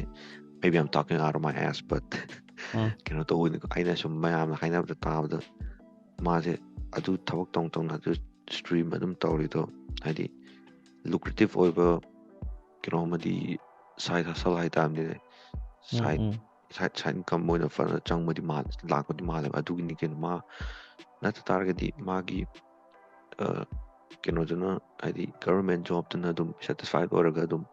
ꯁꯇ꯭ꯔꯤꯝꯗꯣ ꯀꯩꯅꯣ ꯃꯣꯅꯤꯇꯥꯏꯁ ꯇꯧꯗꯕꯤꯗꯀꯣ ꯍꯥꯏꯗꯤ ꯀꯩꯅꯣ ꯇꯧꯕꯒꯤ ꯑꯗꯨꯝ ꯑꯣꯞꯁꯟꯗꯤ ꯂꯩ ꯄꯣꯠꯅꯦꯕ ꯑꯗꯨꯕꯨ ꯃꯥꯁꯦ ꯑꯗꯣꯝꯗꯒꯤꯁꯨ ꯔꯦꯚꯤꯅ꯭ꯌꯨ ꯇꯥꯜꯂꯤꯕꯅꯤꯅ ꯚꯥꯏꯌꯦꯕꯜ ꯑꯣꯞꯁꯟ ꯃꯨꯛꯇꯤ ꯑꯣꯏꯕꯨꯗꯤ ꯈꯜꯂꯦꯕ ꯕꯠ ꯃꯇꯝ ꯆꯪꯉꯤ ꯍꯥꯏꯕꯒꯤ ꯋꯥ ꯈꯛꯇꯪꯅꯦꯕ ꯑꯩ ꯈꯟꯕꯗ ꯕꯤꯀꯣꯁ ꯑꯗꯣ ꯑꯩꯅ ꯁꯨꯝ ꯎꯕꯗꯗꯤ ꯈꯪꯕ꯭ꯔꯥ ꯍꯥꯏꯗꯤ ꯑꯩꯈꯣꯏꯒꯤ ꯁꯇ꯭ꯔꯤꯃꯤꯡ ꯀꯥꯡꯕꯨꯁꯦ ꯁꯇ꯭ꯔꯤꯝ ꯇꯧ ꯌꯥꯕ ꯀꯥꯡꯕꯨꯁꯦ ꯑꯩꯅ ꯈꯪꯕꯗ ꯃꯤ ꯐꯅꯌꯥꯝ ꯂꯩ ꯍꯥꯏꯇꯥꯔꯦ ꯑꯩꯈꯣꯏꯒꯤ ꯗꯣꯇꯥ ꯁꯥꯟꯅꯕ ꯑꯣꯏꯔꯣ ꯀꯥꯎꯟꯇꯔ ꯁꯇ꯭ꯔꯥꯏꯛꯁꯨ ꯑꯣꯏꯔꯣ ꯃꯤꯁꯦ ꯑꯗꯨꯝ ꯑꯍꯩꯕꯗꯤ ꯑꯗꯨꯝ ꯈꯪꯉꯦꯕ ꯃꯁꯛꯁꯦ ꯈꯪꯕ꯭ꯔꯥ ꯍꯥꯏꯗꯤ ꯍꯥꯏꯗꯤ ꯁꯤ ꯍꯩ ꯃꯥ ꯁꯇ꯭ꯔꯤꯝ ꯇꯧꯕꯗ ꯑꯗꯨꯝ ꯐꯥꯎꯅꯤꯗꯣ ꯈꯪꯉꯦꯕ ꯑꯗꯣ ꯁꯇ꯭ꯔꯤꯝ ꯅꯠꯇ꯭ꯔꯒꯁꯨ ꯂꯩꯗꯅ ꯃꯥꯒꯤ ꯒꯦꯝꯗꯣ ꯔꯦꯀꯣꯔꯠ ꯇꯧꯔꯒ ꯌꯨꯇ꯭ꯌꯨꯕꯇ ꯊꯥꯒꯠꯄ ꯑꯣꯏꯔꯣ ꯅꯠꯇ꯭ꯔꯒ ꯇ꯭ꯋꯤꯆꯇ ꯊꯥꯒꯠꯄ ꯑꯣꯏꯔꯣ ꯇꯧꯅꯗꯦꯕ ꯈꯪꯕ꯭ꯔꯥ ꯑꯗꯨꯝ ꯃꯔꯝꯗꯣ ꯁꯨꯝ ꯍꯥꯏꯗꯤ ꯁꯨꯝ ꯏꯟꯇꯔꯦꯁꯇꯤꯡ ꯑꯣꯏꯕ ꯋꯥꯅꯤꯗ ꯑꯩꯉꯣꯟꯗꯗꯤ ꯍꯥꯏꯗꯤ ꯊꯥꯒꯠꯇ꯭ꯔꯤ ꯃꯔꯝꯗꯣ ꯀꯩꯒꯤꯅꯣ I think I have a reason for that ꯑꯗꯨꯒꯨꯝꯕꯒꯤꯗꯤ ꯑꯩ ꯍꯥꯏꯐꯦꯠꯇꯪ ꯍꯥꯏꯔꯛꯀꯦ ꯀꯩꯅꯣꯅꯦꯕ ꯁꯇ꯭ꯔꯤꯃꯤꯡ ꯍꯥꯏꯕꯁꯦ ꯒꯦꯝꯗꯨ ꯈꯛ ꯌꯦꯡꯒꯦꯅ ꯂꯥꯛꯄ ꯅꯠꯇꯦꯕ ꯕꯤꯀꯣꯁ ꯒꯦꯝꯗꯨꯗꯤ ꯅꯪ ꯅꯁꯥꯅ ꯁꯥꯟꯅꯒꯦ ꯑꯗꯨꯝ ꯁꯥꯟꯅ ꯌꯥꯏ ꯀꯩꯅꯣ ꯍꯥꯏꯗꯤ ꯅꯠꯇ꯭ꯔꯣ ꯌꯥꯏ ꯆꯨꯝꯃꯦ ꯒꯦꯝ ꯁꯇ꯭ꯔꯤꯝ ꯇꯧꯔꯤꯕꯁꯤꯗꯤ ꯄꯔꯁꯅꯦꯂꯤꯇꯤꯗꯨꯒꯤꯅꯦꯕ ꯃꯤꯅ ꯂꯥꯛꯏꯁꯦ ꯃꯌꯥꯝꯗꯣ ꯑꯗꯨꯗ ꯀꯝꯃ꯭ꯌꯨꯅꯤꯇꯤ ꯑꯃ ꯂꯩꯗꯅ ꯑꯗꯨꯗ ꯃꯌꯥꯝꯗꯣ ꯄꯨꯜꯂ ꯈꯣꯠꯂ ꯋꯥꯊꯤ ꯈꯔ ꯉꯥꯡꯅꯕ ꯀꯩꯅꯣ ꯀꯃꯦꯟꯇ ꯈꯔ ꯃꯌꯥꯝꯒ ꯁꯨꯝ ꯅꯣꯛꯃꯤꯟꯅꯕ ꯈꯣꯠꯃꯤꯟꯅꯕ ꯍꯥꯏꯗꯤ ꯄꯔꯁꯅꯦꯂꯤꯇꯤꯗꯨ ꯃꯣꯏꯒꯤ ꯍꯥꯏꯗꯤ ꯏꯁꯇ꯭ꯔꯤꯃꯔꯗꯨꯒꯤ ꯄꯔꯁꯅꯦꯂꯤꯇꯤꯗꯨ ꯊ꯭ꯔꯨ ꯗ ꯁꯀ꯭ꯔꯤꯟ ꯃꯣꯏꯁꯦ ꯀꯃꯥꯏꯅ ꯇꯧꯕ ꯃꯤꯅꯣ ꯈꯣꯠꯅꯣꯗꯣ ꯐꯥꯎꯔꯒ ꯀꯅꯦꯛ ꯇꯧꯔꯒ ꯁꯤꯗꯤ I can relate to this guy ꯁꯤ ꯃꯤꯁꯤꯒ ꯑꯩ ꯃꯥ ꯍꯥꯏꯁꯦ ꯀꯩꯅꯣ ꯑꯩ ꯒ꯭ꯌꯥꯟ ꯇꯥꯏ ꯈꯣꯠꯂꯤꯁꯦ ꯑꯗꯨꯃꯥꯏꯅ ꯇꯧꯔꯒ ꯇꯧꯕꯗꯨꯅꯦꯕ ꯇꯁꯦꯡꯅ ꯍꯥꯏꯇꯥꯔꯒꯗꯤ ꯃꯤ ꯑꯍꯩꯕꯗꯤ ꯂꯩꯇꯕꯗꯤ ꯅꯠꯇꯦꯕ ꯁ꯭ꯀꯤꯜꯗꯤ ꯍꯩꯔꯤꯅꯦꯕ ꯕꯠ ꯁ꯭ꯀꯤꯜꯗꯤ ꯍꯩꯔꯤꯅꯦꯕ ꯄꯔꯁꯅꯦꯂꯤꯇꯤꯗꯨꯅꯦꯕ ꯄꯔꯁꯅꯦꯂꯤꯇꯤꯗꯣ ꯑꯗꯨꯗꯣ ꯀꯩꯅꯣ ꯇꯧꯔꯛꯇꯕ ꯍꯥꯏꯗꯤ ꯇ꯭ꯔꯥꯟꯁꯂꯦꯠ ꯋꯦꯜ ꯇꯧꯔꯛꯇꯕ ꯍꯥꯏꯇꯥꯔꯦꯅꯦ ꯀꯩꯅꯣ ꯇꯧꯔꯀꯥꯟꯗ ꯁꯇ꯭ꯔꯤꯝ ꯇꯧꯔꯀꯥꯟꯗ ꯑꯗꯨꯗꯅꯦꯕ ꯄ꯭ꯔꯣꯕ꯭ꯂꯦꯝꯁꯦ ꯑꯗꯨꯅꯤꯗ ꯑꯩꯅ ꯈꯪꯕꯗꯗꯤ ꯑꯗꯨꯃꯥꯏꯅꯗꯤ ꯍꯣꯏ ꯀꯩꯒꯤꯅꯣꯗ ꯑꯩꯈꯣꯏꯅ ꯁꯨꯝ ꯍꯥꯏꯗꯤ ꯑꯩꯈꯣꯏꯅ ꯁꯨꯝ ꯁꯥꯟꯅꯕꯗ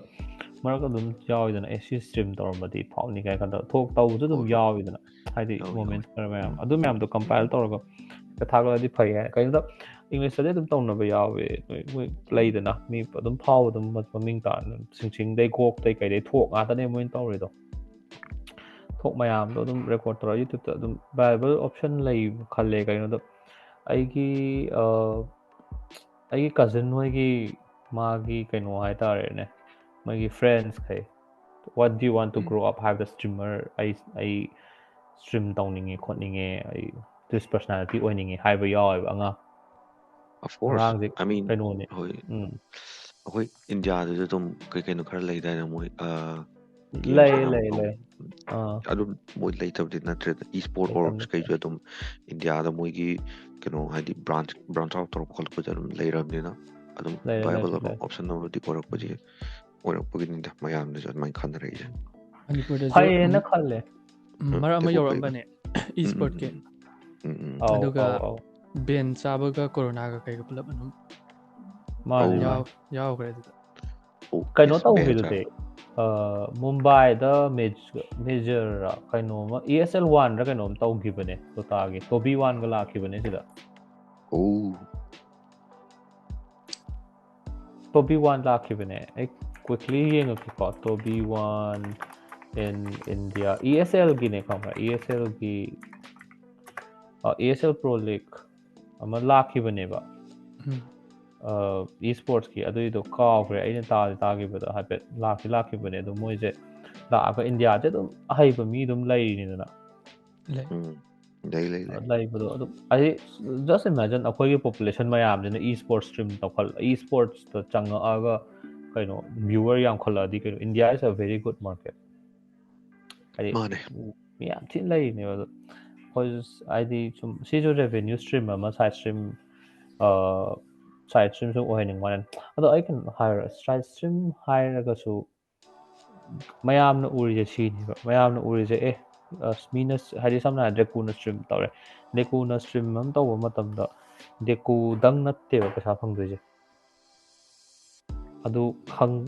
ꯈꯟꯁꯦꯕ ꯍꯥꯏꯗꯤ DekuKunꯗꯪ ꯅꯠꯇꯦꯕ ꯄꯩꯁా ꯐꯪꯗꯣꯏꯁꯦ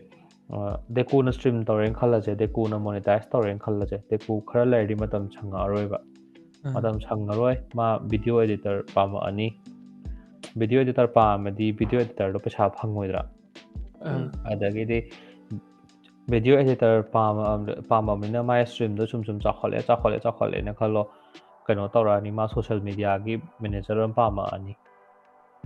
ꯁꯣꯁꯤꯌꯦꯜ ꯃീഡിꯌꯥ ꯃꯦꯅꯦꯖꯔ ꯃꯤꯗꯨꯁꯨ ꯀꯩꯅꯣ ꯇꯧꯗꯣꯏꯅꯤ ꯑꯗꯨꯗꯤ ꯃꯥꯏ PR ꯄꯔꯁꯟ ꯑꯃ ꯄꯥꯝꯃꯛꯄ ꯌꯥꯏ ꯃꯥꯒꯤ ꯀꯣꯟꯇꯦꯟꯠꯀꯤ ꯁꯦꯝꯕ ꯃꯤ ꯄꯥꯝꯃꯛꯄ ꯌꯥꯏ ꯑꯗꯨꯅ DekuKunꯒꯤ ꯄ꯭ꯔꯗꯛꯁꯟ ꯇꯤꯝꯗ ꯃꯤꯁꯦ ꯀꯩꯅꯣ ꯌꯥꯎꯗꯣꯏꯅꯦꯕ ꯍꯥꯏꯗꯤ DekuKunꯅ ꯃꯤ ꯑꯦꯠꯂꯤꯁ 5 to 6 ꯄꯤꯄꯜꯁꯦ ꯑꯗꯨꯝ ꯃꯥꯅ ꯀꯩꯅꯣ ꯇꯧꯗꯣꯏꯅꯦꯕ ꯏꯝꯄ꯭ꯂꯣꯏꯃꯦꯟ ꯄꯤꯗꯣꯏꯅꯦꯕ ꯅꯠꯇ꯭ꯔꯥ ꯑꯗꯨꯃꯥꯏꯅ ꯍꯥꯏꯗꯤ ꯏꯀꯣꯅꯣꯃꯤꯗ ꯌꯥꯝ ꯆꯥꯎꯈꯠꯄ ꯌꯥꯏ ꯍꯥꯏꯕ ꯑꯗꯨ ꯐ꯭ꯔꯤ ꯄꯩꯁꯥꯅꯦꯕ ꯐ꯭री ꯄꯩꯁꯥꯗꯤ ꯌꯨꯇ꯭ꯌꯨꯕꯅ DekuKunꯗ ꯊꯥꯒꯤ 2 lakhs ꯄꯤꯔꯛꯄ ꯍꯥꯏꯁꯦ ꯀꯩꯁꯨ ꯅꯠꯇꯦꯕ ꯌꯨꯇ꯭ꯌꯨꯕꯀꯤ ꯑꯣꯏꯅꯗꯤ ꯚꯦꯔꯤ ꯁ꯭ꯃꯣꯜ ꯐ꯭ꯔꯦꯛꯁꯟ ꯑꯣꯐ ꯃꯅꯤꯅꯦꯕ ꯑꯗꯨꯃꯥꯏꯅ ꯈꯜꯍꯟꯅꯤꯡꯕ ꯋꯥꯅꯤꯗ ꯑꯩꯁꯨ ꯍꯥꯏꯗꯤ ꯑꯩꯈꯣꯏꯒꯤ ꯁ꯭ꯋꯥꯏ ꯑꯉꯥꯡꯁꯤꯡꯁꯦ ꯍꯥꯏꯗꯤ ꯑꯩꯈꯣꯏ ꯁ꯭ꯇ꯭ꯔꯤꯝ ꯇꯧꯒꯦꯅ ꯈꯜꯂꯒꯁꯨ ꯃꯤ ꯈꯨꯗꯤꯡꯃꯛ ꯑꯗꯨꯃꯥꯏꯅ ꯆꯥꯎꯕ ꯅꯠꯇꯦꯀꯣ ꯑꯗꯨ ꯑꯣꯏꯔꯒꯁꯨ ꯆꯥꯎꯗ꯭ꯔꯒꯁꯨ ꯇꯧꯔꯒꯗꯤ ꯈꯤꯇꯪ ꯈꯟꯕꯗꯣ ꯑꯗꯨꯁꯨ ꯌꯥꯏ ꯍꯥꯏꯅꯤꯡꯕ ꯋꯥꯅꯤꯗ ꯍꯥꯏꯗꯤ ꯒꯨꯒꯥꯅꯒ ꯇꯧꯔꯤꯗꯣ ꯌꯦꯡꯉꯣꯗ ꯃꯥꯏ ꯄ꯭ꯔꯗꯛꯁꯟ ꯇꯤꯝꯗꯣ ꯃꯤ 4-5ꯒ ꯃꯌꯨꯝꯗꯒ ꯊꯝꯃꯒ ꯇꯧꯔꯤꯗꯣ ꯑꯗꯨꯗꯤ ꯌꯨꯇ꯭ꯌꯨꯕꯔ ꯈꯔ ꯆꯥꯎꯕꯅ ꯈꯔ ꯐꯈ꯭ꯔꯦꯅ ꯑꯗꯨ ꯑꯩꯅ ꯍꯥꯏꯗꯤ ꯀꯩꯅꯣꯁꯦꯀꯣ ꯍꯥꯏꯗꯤ ꯁꯤꯒꯤ ꯚꯥꯏꯑꯦꯕꯤꯂꯤꯇꯤꯁꯦ ꯑꯩꯈꯣꯏꯒꯤ ꯃꯊꯛꯀꯤ ꯖꯦꯅꯦꯔꯦꯁꯟꯁꯦ ꯀꯩꯅꯣ ꯇꯧꯕꯁꯦ ꯃꯣꯏꯗ ꯑꯦꯛꯁꯄ꯭ꯂꯦꯟ ꯇꯧꯕꯁꯦ ꯃꯣꯏꯁꯦ ꯑꯟꯗꯔꯁꯇꯦꯟ ꯇꯧ ꯉꯝꯗꯦꯕ ꯑꯗꯨꯅ ꯑꯩꯅ ꯈꯟꯕꯗꯀꯣ ꯑꯩꯈꯣꯏꯒꯤ ꯀꯃꯥꯏ ꯍꯥꯏꯅꯤ ꯁꯤꯒꯤ ꯀꯩꯅꯣ ꯍꯥꯏꯅꯤ ꯔꯦꯚꯤꯅ꯭ꯌू ꯖꯦꯅꯔꯦꯠ ꯇꯧꯕꯒꯤ ꯁꯤꯒꯤ ꯃꯑꯣꯡꯒꯤ ꯑꯃ ꯂꯥꯛꯏꯁꯦ ꯁꯤ ꯑꯩꯅ ꯈꯟꯕꯗ ꯑꯩꯈꯣꯏ ꯖꯦꯅꯔꯦꯁꯟꯗ ꯈꯤꯇꯪꯗꯤ ꯋꯥꯅꯤ but the next generation after ꯑꯁ ꯁꯤꯗꯗꯤꯀꯣ ꯃꯣꯏꯗꯗꯤ ꯌꯥꯝ ꯊꯤꯅ ꯀꯩꯅꯣ ꯍꯥꯏꯅꯤ ꯑꯣꯞꯁꯟꯁꯦ ꯑꯩꯈꯣই ꯌꯥꯝ ꯊꯤꯅ ꯏꯖꯤꯂꯤ ꯑꯕꯦꯂꯦꯕꯜ ꯑꯣꯏꯔꯛꯇꯧꯗꯤ ꯃꯥꯜꯂꯦꯕ ꯕꯤꯀꯣꯁ ꯑꯩꯈꯣꯏꯅ ꯁꯤꯒꯤ ꯀꯩꯅꯣꯁꯦ ꯁꯤ ꯑꯟꯗꯔꯁꯇꯦꯟ ꯇꯧꯔꯕꯅꯤꯅ ꯑꯗꯨꯝ ꯐꯅ ꯆꯥꯎꯕꯅ ꯑꯗꯨꯝ ꯃꯣꯏꯅ ꯁ꯭ꯇ꯭ꯔꯤꯝ ꯇꯧꯔꯛ ꯈꯣꯠꯂꯛꯄꯗꯣ ꯑꯩꯈꯣꯏꯁꯨ ꯑꯗꯨꯝ ꯁꯞꯄꯣꯔꯠꯇꯤ ꯇꯧꯅꯤꯡꯉꯤꯕꯅꯤ ꯑꯗꯨꯕꯨ ꯍꯥꯏꯗꯤ ꯔꯦꯒꯨꯂꯔ ꯑꯣꯏꯅ ꯁ꯭ꯇ꯭ꯔꯤꯝ ꯇꯧꯔꯛꯇ ꯇꯥꯔꯒꯗꯤ ꯑꯩꯈꯣꯏꯅ ꯁꯝꯅ ꯍꯥꯏꯔꯕꯗ ꯇ꯭ꯋꯤꯠꯁꯇ ꯑꯣꯏꯔꯣꯅꯦ ꯑꯣꯔ ꯃꯦꯕꯤ ꯐꯦꯁꯕꯨꯛꯃꯛꯇ ꯍꯥꯏꯇꯥꯔꯒꯁꯨ ꯁꯕꯁꯀ꯭ꯔꯤꯞꯁꯟꯗ ꯇꯧꯁꯜꯂꯨꯔꯒ ꯁ꯭ꯇ꯭ꯔꯤꯝꯗ ꯇꯧꯔꯛ ꯇꯥꯔꯒꯗꯤ ꯑꯩꯈꯣꯏꯅ ꯃꯣꯏꯗ ꯃꯣꯅꯤꯇꯔꯤ ꯀꯩꯅꯣ ꯍꯥꯏꯇꯥꯔꯦꯅꯦ ꯀꯩꯅꯣ ꯈꯔ ꯊꯥꯗꯕꯤꯗꯣ ꯍꯦꯜꯞ ꯄꯤꯕꯗꯨ ꯉꯝꯗꯦ ꯑꯗꯨꯒ ꯄꯤꯔꯨ ꯇꯥꯔꯒꯁꯨ ꯃꯣꯏꯅ ꯁ꯭ꯇ꯭ꯔꯤꯝꯗꯣ ꯐꯟ ꯇꯧꯔꯛꯇ ꯇꯥꯔꯒꯗꯤ ꯑꯩꯈꯣꯏꯅ ꯄꯤꯔꯨꯔꯤꯗꯣ ꯀꯔꯤꯒꯤꯅꯣ ꯍꯥꯏꯕꯒꯤ ꯀꯣꯏꯁꯟ ꯑꯃ ꯇꯧꯔꯛꯄ ꯑꯃꯗꯤ ꯌꯥꯎꯔꯛꯇꯕ ꯅꯠꯇꯦꯕ ꯑꯗꯨꯃꯥꯏꯅ ꯇꯧꯕꯗꯨꯗꯤ ꯑꯗꯨꯅ I have 2 words for you disposable income ꯑꯗꯨꯅꯦ ꯑꯗꯨꯗꯣ ꯍꯧꯖꯤꯛ ꯂꯩꯇꯕꯗꯤ ꯅꯠꯇ꯭ꯔꯦꯗꯅ ꯇꯁꯦꯡꯅ ꯍꯥꯏꯇꯥꯔꯒꯗꯤ ꯑꯗꯨꯝ ꯃꯤ ꯑꯗꯨꯝ ꯀꯩꯅꯣ ꯇꯧꯔꯛꯑꯕꯅꯤꯅ ꯂꯩꯔꯛꯑꯕꯅꯤꯅ ꯃꯌꯥꯝꯁꯦ ꯁꯝꯅ ꯍꯥꯏꯔꯕꯗ ꯑꯩꯈꯣꯏ ꯏꯅꯥꯎꯄꯥꯗ ꯍꯟꯗꯛ ꯀꯩꯅꯣ ꯍꯦꯛ ꯃꯥꯒꯤ ꯊꯕꯛ ꯍꯦꯛ ꯐꯪꯕꯒ ꯑꯍꯥꯟꯕ ꯃꯥꯒꯤ ꯐꯥꯔꯁ ꯀꯩꯅꯣꯗꯨꯅ ꯁꯦꯂꯔꯤꯗꯨꯅ ꯃꯥ ꯍꯧꯖꯤꯛ ꯀꯩ ꯌꯨꯝꯒꯤ ꯀꯩꯝꯇ ꯈꯟꯕ ꯅꯠꯇꯦ ꯃꯥ ꯑꯍꯥꯟꯕ ꯀꯩ ꯍꯥꯏ ꯍꯥꯏꯔꯨꯔꯥ RTX 3070ꯒꯤ PC ꯑꯃ ꯁꯥꯅꯤꯅ ꯃꯨꯛꯇꯅ ꯂꯩꯔꯤꯅꯤ ꯍꯧꯖꯤꯛ ꯃꯥ ꯕꯤꯀꯣꯁ ꯃꯥꯁꯨ ꯐꯅ ꯆꯥꯎꯕ ꯑꯍꯥꯟꯕ ꯏꯟꯀꯝ ꯍꯦꯛ ꯐꯪꯕꯗ ꯑꯗꯨꯝ ꯃꯌꯥꯝꯁꯦ ꯑꯗꯨꯝ ꯍꯧꯖꯤꯛꯀꯥꯟ ꯑꯉꯥꯡꯁꯤꯡꯗꯗꯤ PC ꯆꯠꯅꯤꯡꯉꯤ ꯀꯩꯅꯣ ꯇꯧꯅꯤꯡꯉꯤ ꯍꯥꯏꯗꯤ ꯃꯁꯥꯃꯛꯁꯦꯀꯣ ꯍꯧꯖꯤꯛ ꯀꯩꯅꯣꯅꯤꯀꯣ ꯃꯥꯅ ꯄꯥꯏꯔꯤꯕ ꯂꯦꯞꯇꯣꯞꯇꯣ GTX 1650 Tiꯒꯤ ꯂꯦꯞꯇꯣꯞꯅꯦꯕ just 2 years ago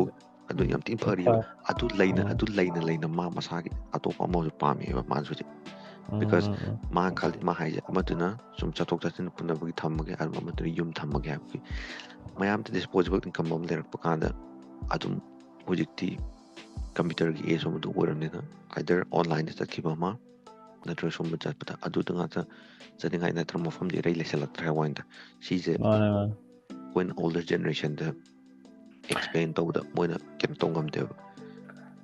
ꯑꯗꯣ ꯑꯩꯅ ꯈꯟꯕꯗ ꯍꯧꯖꯤꯛꯀꯥꯟꯒꯤ ꯑꯩꯅ ꯁꯨꯝ ꯊꯦꯡꯅꯕꯗ ꯍꯧꯖꯤꯛꯀꯥꯟꯒꯤ ꯑꯦꯠꯂꯤꯁ ꯑꯣꯜꯗꯔ ꯖꯦꯅꯦꯔꯦꯁꯟ ꯈꯔꯗꯤ ꯒ꯭ꯌꯥꯟ ꯇꯥꯔꯦ ꯍꯥꯏꯗꯤ ꯈꯔꯗꯤ ꯇꯥꯔꯦ ꯍꯥꯏꯗꯤ ꯃꯣꯏꯁꯨ ꯑꯩꯅ ꯈꯟꯕꯗ ꯑꯗꯨꯒꯤ ꯃꯊꯛꯇꯨꯅꯦꯕ ꯕꯦꯔꯥ ꯌꯥꯝ ꯀꯥꯏꯁꯦ ꯍꯥꯏꯗꯤ ꯑꯣꯜꯗꯔ ꯖꯦꯅꯦꯔꯦꯁꯟ ꯍꯥꯏꯁꯦ ꯇꯦꯛ ꯁꯦꯚꯤ ꯑꯣꯏꯗꯕꯗꯣ ꯑꯩꯈꯣꯏꯒꯤ ꯍꯦꯛ ꯃꯊꯛꯀꯤ ꯖꯦꯅꯦꯔꯦꯁꯟ ꯑꯩꯈꯣꯏꯅ ꯈꯪꯕꯗꯤ ꯀꯩꯅꯣ ꯇꯧꯔꯦꯕ ꯍꯥꯏꯗꯤ ꯃꯣꯏ ꯇꯦꯛ ꯁꯦꯚꯤ ꯑꯣꯏꯔꯦ ꯑꯗꯨꯒ ꯑꯗꯨꯝ ꯈꯔꯗꯤ ꯑꯗꯨꯝ ꯒ꯭ꯌꯥꯟ ꯇꯥꯔꯕꯅꯤꯅ खितंदी सपोर्ट लाए अदो वाटी वाटली अखोई at least we are how much 15 years behind next generation हाइदुनी generation अखोइना अखोइगी टेक सेवी ट्रूली अखोइगी स्टेट ने टेक सेवी ओरेजे कनो दैनेबा जियो लाखपदैनेबा माने जियो लाखपदैनेबा मयामने एंड्रॉइड पाइबा खोटपा अदुई मांगददी कनोनेबा पूरा अखोइजे यूट्यूब वीडियो से लग्जरी ने साइबर कैफे चलो डाउनलोड तौर लाने पेन ड्राइव ताप चल सुपर लग्जरी खेने कहो होने देखो ना हादि Punshiba अखोइदे maybe in the near future stream तौरप यार देखो ना नंगना कईगुंबा मणिपुरद रेवेन्यू फजना तानगे खल्लसिने नंगना गेमिंग सिंदा करी चंगने खल्ले हादि नंगोंदा करी सपोर्ट चंगने खल्ले अꯩꯉꯣꯟꯗ support ꯍꯥꯏꯁꯦ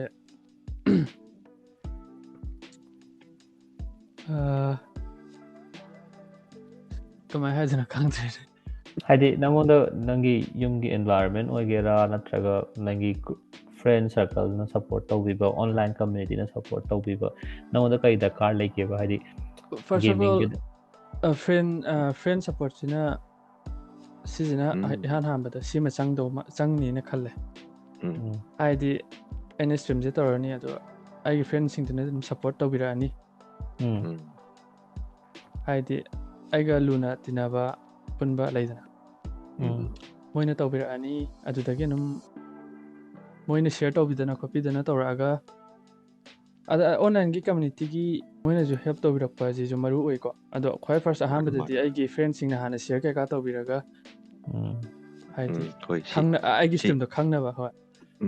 सी अखोइ इमानबनी सी मैम चेक आउट तौबियु खबियु हाइदि केनो तौबियु माने फेसबुक अदे व्हाट्सएप स्टेटस कुंबदा हा अदैदी अदु तौर मतुंगदा थारिङाइदा आइना हाइदि मी अराक्पा हाइतारेको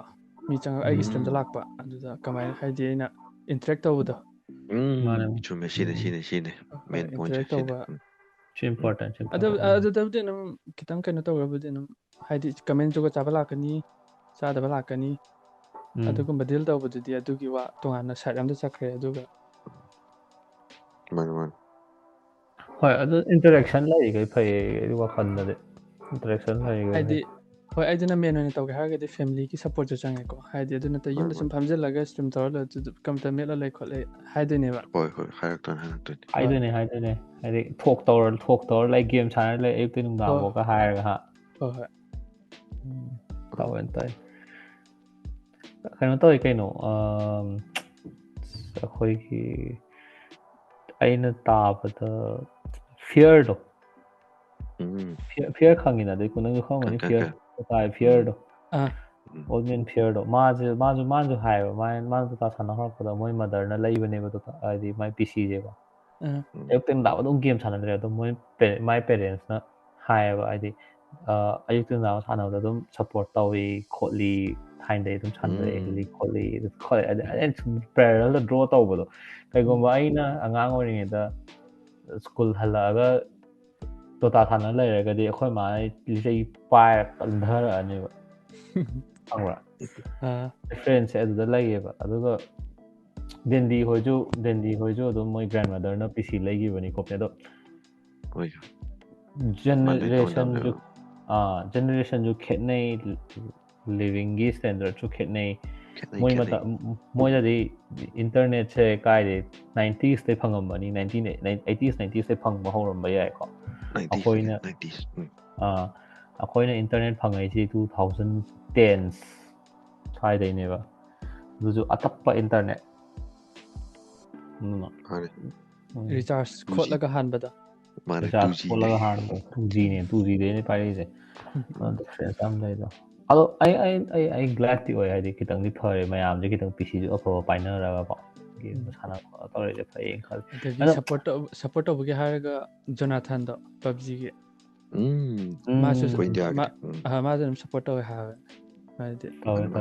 ꯐꯥꯗꯔꯅ ꯐꯣꯟ ꯂꯩꯕꯤꯔꯒ ꯁꯥꯟꯅꯈꯤꯕꯅꯦꯅ ꯍꯥꯏ ꯑꯗꯣ ꯏꯟꯗꯤꯌꯥꯁꯦ ꯀꯩꯅꯣꯒꯤ ꯑꯃꯅꯗꯤ ꯆꯥꯎꯔꯤ ꯃꯥꯜꯂꯦ ꯃꯣꯕꯥꯏꯜꯅꯗꯤ ꯆꯥꯎꯕ ꯃꯥꯜꯂꯦ ꯑꯉꯥꯡꯈꯩꯅ ꯁꯥꯟꯅꯕꯗꯀꯣ ꯆꯥꯎꯋꯦ because ꯃꯣꯕꯥꯏꯜꯁꯤꯗꯤ every household ꯈꯨꯗꯤꯡ readily available ꯑꯣꯏꯗꯅ PCꯁꯤꯅ ꯑꯃꯨꯛ ꯈꯤꯇꯪ luxury ꯑꯣꯏꯅ ꯈꯟꯅꯔꯤꯕ ꯑꯩꯈꯣꯏ ꯍꯧꯖꯤꯛ ꯀꯩꯅꯣ ꯑꯣꯏꯕꯅ ꯑꯗꯨꯅ ꯃꯥꯅꯦ ꯑꯗꯨꯒꯤꯅꯤꯗ ꯀꯩꯅꯣ PUBGꯒꯤ ꯕꯦꯟ ꯇꯧꯔ ꯃꯇꯨꯡꯗꯐꯥꯎꯗ ꯏꯟꯗꯤꯌꯥꯒꯤ ꯑꯣꯏꯅ ꯇꯣꯉꯥꯟꯅ BGMIꯅ ꯄꯨꯊꯣꯛꯇꯅ ꯇꯧꯋꯤꯗꯣ ꯍꯣꯏ ꯍꯥꯟꯅꯗꯤ PC ꯆꯟꯕ ꯀꯥꯏꯁꯦ ꯌꯥꯝ ꯆꯥꯎꯅ ꯈꯟꯅꯕꯅꯦ ꯍꯧꯖꯤꯛꯁꯨ ꯈꯟꯅꯔꯤꯌꯦ ꯑꯩ ꯈꯟꯕꯨꯗꯤ ꯈꯟꯅꯔꯤ ꯏꯁꯥꯃꯛꯁꯨ ꯈꯟꯅꯔꯤꯌꯦ ꯍꯥꯏꯗꯤ ꯀꯩꯅꯣ ꯇꯧꯗ ꯉꯁꯥꯏ ꯅꯪ ꯍꯥꯏꯈꯤꯕꯗꯣ ꯔꯥꯀꯦꯁ ꯗꯤꯁꯄꯣꯖꯦꯕꯜ ꯏꯟꯀꯝ ꯏꯁꯥꯒꯤ ꯂꯩꯔꯛꯄ ꯀꯥꯟꯗ ꯍꯥꯏꯗꯣ ꯑꯗꯨ ꯂꯩꯔꯀꯥꯟꯗꯗꯤꯅꯦ ꯈꯟꯅꯔꯛꯇꯦꯕ ꯑꯃꯨꯛ ꯑꯩꯅ ꯍꯥꯏꯁꯤꯅꯦ ꯏꯅꯥꯎꯄꯥꯗꯣ ꯍꯟꯗꯛ ꯊꯥꯒꯇꯅꯤ ꯃꯥ ꯊꯣꯛ ꯐꯪꯈ꯭ꯔꯤꯗꯣ ꯑꯗꯩ ꯍꯧꯖꯤꯛꯇꯤ ꯑꯃꯨꯛ ꯄꯥꯔꯠꯁ ꯀꯩꯀꯥꯁꯤꯁꯨ ꯍꯣꯡꯊꯔꯛꯑꯦꯗꯅ ꯍꯣꯡꯗꯔꯦ ꯑꯗꯨꯅꯁꯨ ꯊꯥꯏꯅꯗꯤ ꯑꯦꯛꯁꯄꯔꯠꯁꯨ ꯂꯩꯔꯝꯗꯦꯅ ꯍꯥꯏꯗꯤ ꯍꯧꯖꯤꯛꯇꯤ ꯑꯣꯟꯂꯥꯏꯟꯗ ꯌꯦꯡꯉꯒ ꯑꯗꯨꯝ ꯇꯧꯕꯁꯨ ꯍꯩꯌꯦꯗꯅ PCꯒ ꯃꯣꯕꯥꯏꯜꯒꯤ ꯋꯥꯔꯤ ꯁꯥꯟꯅꯔꯒ ꯑꯗꯨꯝ ꯅꯤꯡꯁꯤꯡꯉꯦ ꯊꯥꯏꯅ ꯑꯩꯉꯣꯟꯗ ꯑꯉꯥꯡ ꯑꯣꯏꯔꯤꯉꯩꯗ ꯀꯩꯅꯣ ꯍꯥꯏꯔꯛꯄꯅꯤꯅꯦ ꯑꯩꯈꯣꯏꯁꯦ ꯀꯣꯂꯦꯖꯇ ꯇꯧꯔꯒ ꯐꯥꯔꯁ ꯏꯌꯔ ꯀꯥꯕꯅꯦ ꯑꯩꯈꯣꯏꯁꯦ ꯊꯥꯔꯠ ꯏꯌꯔ ꯀꯩꯅꯣꯝ ꯀꯥꯔꯦꯕꯀꯣ ꯊꯥꯔꯠ ꯏꯌꯔ ꯀꯥꯔꯒ ꯑꯩꯈꯣꯏꯁꯦ TT ꯁꯥꯟꯅꯐꯝꯗ ꯂꯩꯕꯅꯦ ꯑꯩꯈꯣꯏ ꯁꯨꯝ ꯗꯣꯇꯥ ꯋꯥꯔꯤ ꯁꯨꯝ ꯁꯥꯟꯅꯕ ꯐꯥꯔꯁ ꯏꯌꯔ ꯀꯥꯔꯒ ꯅꯣꯏ ꯗꯣꯇꯥꯗꯣ MB ꯀꯌꯥꯅꯣ ꯍꯥꯏꯗꯤ MB ꯀꯌꯥꯅꯣ ꯍꯥꯏꯅ ꯂꯧ ꯂꯥꯛꯄꯤꯅꯦꯕ ꯈꯪꯕ꯭ꯔꯥ ꯁꯦꯔꯤꯇ ꯊꯥꯔꯛꯑꯣ ꯑꯗꯩ ꯑꯉꯥꯡ ꯑꯃ ꯊꯦꯡꯅꯔꯦꯅꯦ ꯃꯣꯏ ꯕꯣꯔꯥ ꯆꯥꯐꯝꯗ ꯂꯩꯔꯝꯕꯅꯦ ꯗꯣꯇꯥ ꯗꯥꯎꯟꯂꯣꯗ ꯇꯧꯒꯦꯅ ꯊꯤꯕ ꯐꯪꯗꯦ ꯀꯥꯏꯗꯅꯣ ꯐꯣꯟꯗ ꯄ꯭ꯂꯦ ꯁ꯭ꯇꯣꯔ ꯐꯪꯗꯦꯅ ꯇꯧꯔ ꯂꯩꯔꯝꯃꯤꯅꯦ ꯑꯗꯒꯤꯗꯤ ꯔꯦꯖꯤꯡ ꯗꯤꯕꯦꯠꯇ ꯃꯣꯕꯥꯏꯜ ꯂꯦꯖꯦꯟꯒ ꯗꯣꯇꯥ ꯀꯅꯥ ꯂꯨꯏꯒꯨꯝꯕ ꯈꯪꯕ꯭ꯔꯥ ꯑꯗꯒꯤ ꯑꯩꯅ ꯃꯣꯕꯥꯏꯜ ꯂꯤꯖꯦꯟ ꯁꯥꯟꯅꯈ꯭ꯔꯤꯁꯦ ꯃꯣꯕꯥꯏꯜ ꯂꯤꯖꯦꯟꯁꯦ 2017 ꯂꯣ 16ꯒꯤ ꯂꯧꯔꯛꯄꯗ 16 ꯂꯧꯔꯛꯄꯗ ꯑꯩꯅ ꯗꯣꯇꯥ ꯌꯥꯝ ꯁꯥꯟꯅꯔꯤꯉꯥꯏꯒꯤꯁꯦ ꯀꯦꯐꯦꯗ ꯁꯨꯝ ꯄꯩꯁꯥꯅꯤꯗꯅ ꯀꯦꯐꯦꯗ ꯐꯝꯕ ꯍꯥꯏꯁꯦ ꯍꯥꯏꯗꯤ ꯐꯣꯟꯒ ꯄꯥꯏꯔꯛꯄꯩ ꯇꯥꯏꯃꯤꯡꯗꯨꯗꯅꯤꯅꯦ ꯗꯣꯇꯥꯁꯤꯒ ꯍꯥꯏꯐꯦꯠ ꯃꯥꯟꯅꯕ ꯃꯣꯕꯥꯏꯜꯁꯤꯗ ꯑꯃ ꯂꯥꯛꯑꯗꯤ ꯐꯅꯤ ꯁꯤꯅꯦꯕ ꯍꯥꯏꯗꯤ ꯍꯣꯏ ꯌꯥꯝ ꯈꯦꯠꯄꯨꯗꯤ ꯈꯦꯠꯅꯩꯀꯣ ꯃꯥꯏ ꯃꯅꯨꯡꯒꯤ ꯃꯦꯀꯥꯅꯤꯛꯁ ꯀꯩꯀꯥ ꯂꯣꯏ ꯌꯥꯝ ꯊꯤꯅ ꯈꯦꯠꯅꯩ ꯑꯗꯨ ꯑꯣꯏꯔꯁꯨ ꯁꯨꯝ ꯂꯩꯗꯅ ꯃꯣꯕꯥꯏꯜꯗ ꯁꯥꯟꯅ ꯌꯥꯕ ꯍꯥꯏꯐꯦꯠ ꯃꯥꯟꯅꯕ ꯑꯝꯇꯪ ꯂꯥꯛꯑꯗꯤ ꯐꯅꯤ ꯍꯦꯛ ꯍꯥꯏꯕꯒ ꯊꯣꯛꯂꯛꯄꯅꯦꯃꯤ ꯑꯃ ꯊꯣꯛꯂꯛꯑꯝꯕꯅꯦ ꯀꯔꯤ ꯚꯦꯟ ꯒ꯭ꯂꯣꯔꯤ ꯍꯥꯏꯕ꯭ꯔꯥ ꯒ꯭ꯂꯣꯔꯤ ꯚꯦꯟ ꯍꯣꯏ ꯒ꯭ꯂꯣꯔꯤ ꯑꯗꯨꯗꯤ ꯍꯥꯏꯕ꯭ꯔꯥ ꯆꯠꯄꯗꯣ ꯍꯣꯏ ꯀ꯭ꯂꯤꯛ ꯇꯧꯔ ꯆꯠꯄꯩ ꯇꯥꯏꯞꯇ ꯆꯠꯄꯅꯦ ꯑꯗꯨꯏꯗꯣ ꯀꯩꯅꯣ ꯇꯧꯋꯦ ꯑꯩꯈꯣꯏ ꯀꯣꯂꯦꯖ ꯐꯦꯁꯇꯤꯚꯦꯜꯗꯒ ꯚꯦꯟ ꯒ꯭ꯂꯣꯔꯤ ꯇꯣꯔꯅꯥꯃꯦꯟꯠꯒ ꯇꯧꯋꯦ ꯑꯗꯨꯏ ꯃꯇꯝꯗ ꯇꯧꯕ꯭ꯔꯥ ꯔꯦꯁꯣꯒꯤꯗ ꯆꯔ ꯂꯥꯎꯅ ꯀꯥꯔꯝꯃꯒ ꯇꯞ ꯂꯥꯎꯅ ꯂꯦꯞꯈ꯭ꯔꯦꯕ ꯚꯦꯟ ꯒ꯭ꯂꯣꯔꯤꯗꯤ ꯕꯠ ꯃꯣꯕꯥꯏꯜ ꯂꯦꯖꯦꯟꯗꯤ ꯍꯧꯖꯤꯛꯐꯥꯎ ꯑꯗꯨꯝ ꯁꯁꯇꯦꯟ ꯇꯧꯔ ꯂꯩꯇ꯭ꯔꯥ ꯂꯩ ꯑꯗꯨꯒꯤ ꯑꯩ ꯍꯥꯏꯔꯛꯀꯦꯁꯦ ꯚꯦꯟ ꯒ꯭ꯂꯣꯔꯤꯁꯦ ꯐꯥꯔꯁ ꯃꯥ ꯊꯣꯛꯂꯛꯄ ꯀꯥꯟꯗ 3v3ꯅꯦꯕ 1 lane ꯈꯛꯇꯪꯅꯦꯕ 1 lane 1 jungle and some neutral creeps ꯑꯗꯨꯒꯤ ꯀꯩꯅꯣꯅꯦꯕ ꯑꯗꯨꯒꯤ ꯃꯣꯏꯒꯤ ꯌꯥꯝ ꯊꯤꯅ ꯌꯨꯅꯤꯛ ꯑꯣꯏꯕ ꯀꯩꯅꯣꯅꯦꯕ ꯃꯣꯏꯒꯤ ꯃꯦꯞꯅꯦꯕ ꯇꯁꯦꯡꯅ ꯍꯥꯏꯇꯥꯔꯒꯗꯤ ꯑꯗꯨ ꯃꯥꯟꯅꯕ ꯊꯣꯛꯑꯝꯗꯕꯅꯦꯕ ꯚꯦꯟ ꯒ꯭ꯂꯣꯔꯤꯁꯦ ꯑꯦꯟ ꯃꯣꯏꯒꯤ ꯀꯩꯅꯣꯗꯣ ꯁ꯭ꯀꯤꯜ ꯂꯦꯚꯦꯂꯤꯡ ꯁꯤꯁꯇꯦꯝ ꯄ꯭रोग्रेस ꯀꯩꯀꯥꯁꯤꯁꯨ ꯑꯗꯨꯝ ꯃꯣꯕꯥꯏꯜ ꯒꯦꯝꯁꯦ ꯁꯥꯟꯅꯕꯗꯀꯣ ꯈꯔ ꯌꯨꯅꯤꯛ ꯑꯣꯏꯕꯅꯦꯕ ꯀꯨꯏꯅ ꯆꯪꯕꯅꯦꯕ ꯕꯦꯟ ꯒ꯭ꯂꯣꯔꯤꯁꯦ ꯚꯦꯟ ꯒ꯭ꯂꯣꯔꯤꯁꯦ ꯍꯣꯏ ꯑꯗꯨꯗ ꯃꯥꯒꯤꯁꯦ ꯁꯣꯏꯈ꯭ꯔꯤꯁꯦ ꯀꯩꯒꯤꯅꯣꯗ ꯃꯣꯏꯁꯦ 5v5 ꯑꯣꯜꯂꯛꯄ ꯇꯥꯏꯃꯤꯡꯗꯣ ꯑꯗꯨ ꯀꯥꯟꯗꯅꯦ ꯃꯣꯏꯒꯤ ꯄ꯭ꯂꯦ ꯇꯥꯏꯝꯁꯦ ꯃꯣꯕꯥꯏꯜꯗ ꯀꯩꯅꯣ ꯇꯧꯔꯛꯄ ꯉꯝꯃꯛꯇꯕ ꯍꯥꯏꯗꯤ ꯒꯦꯝ ꯑꯃ ꯁꯥꯟꯅꯕꯗ 45 ꯃꯤꯅꯤꯠꯃꯨꯛ ꯆꯪꯈꯠꯂꯦ ꯍꯥꯏꯕ ꯌꯥꯝ ꯊꯤ ꯅꯣꯔꯃꯦꯜ ꯑꯗꯨꯅꯦ ꯀꯩꯅꯣꯗꯀꯣ ꯌꯥꯔꯛꯇ꯭ꯔꯦꯕ ꯑꯩ ꯈꯪꯉꯦꯕ ꯑꯩ ꯁꯥꯟꯅꯔꯝꯃꯦꯕ ꯑꯩꯁꯨ ꯕꯦꯡꯒ꯭ꯂꯣꯔꯤꯁꯦ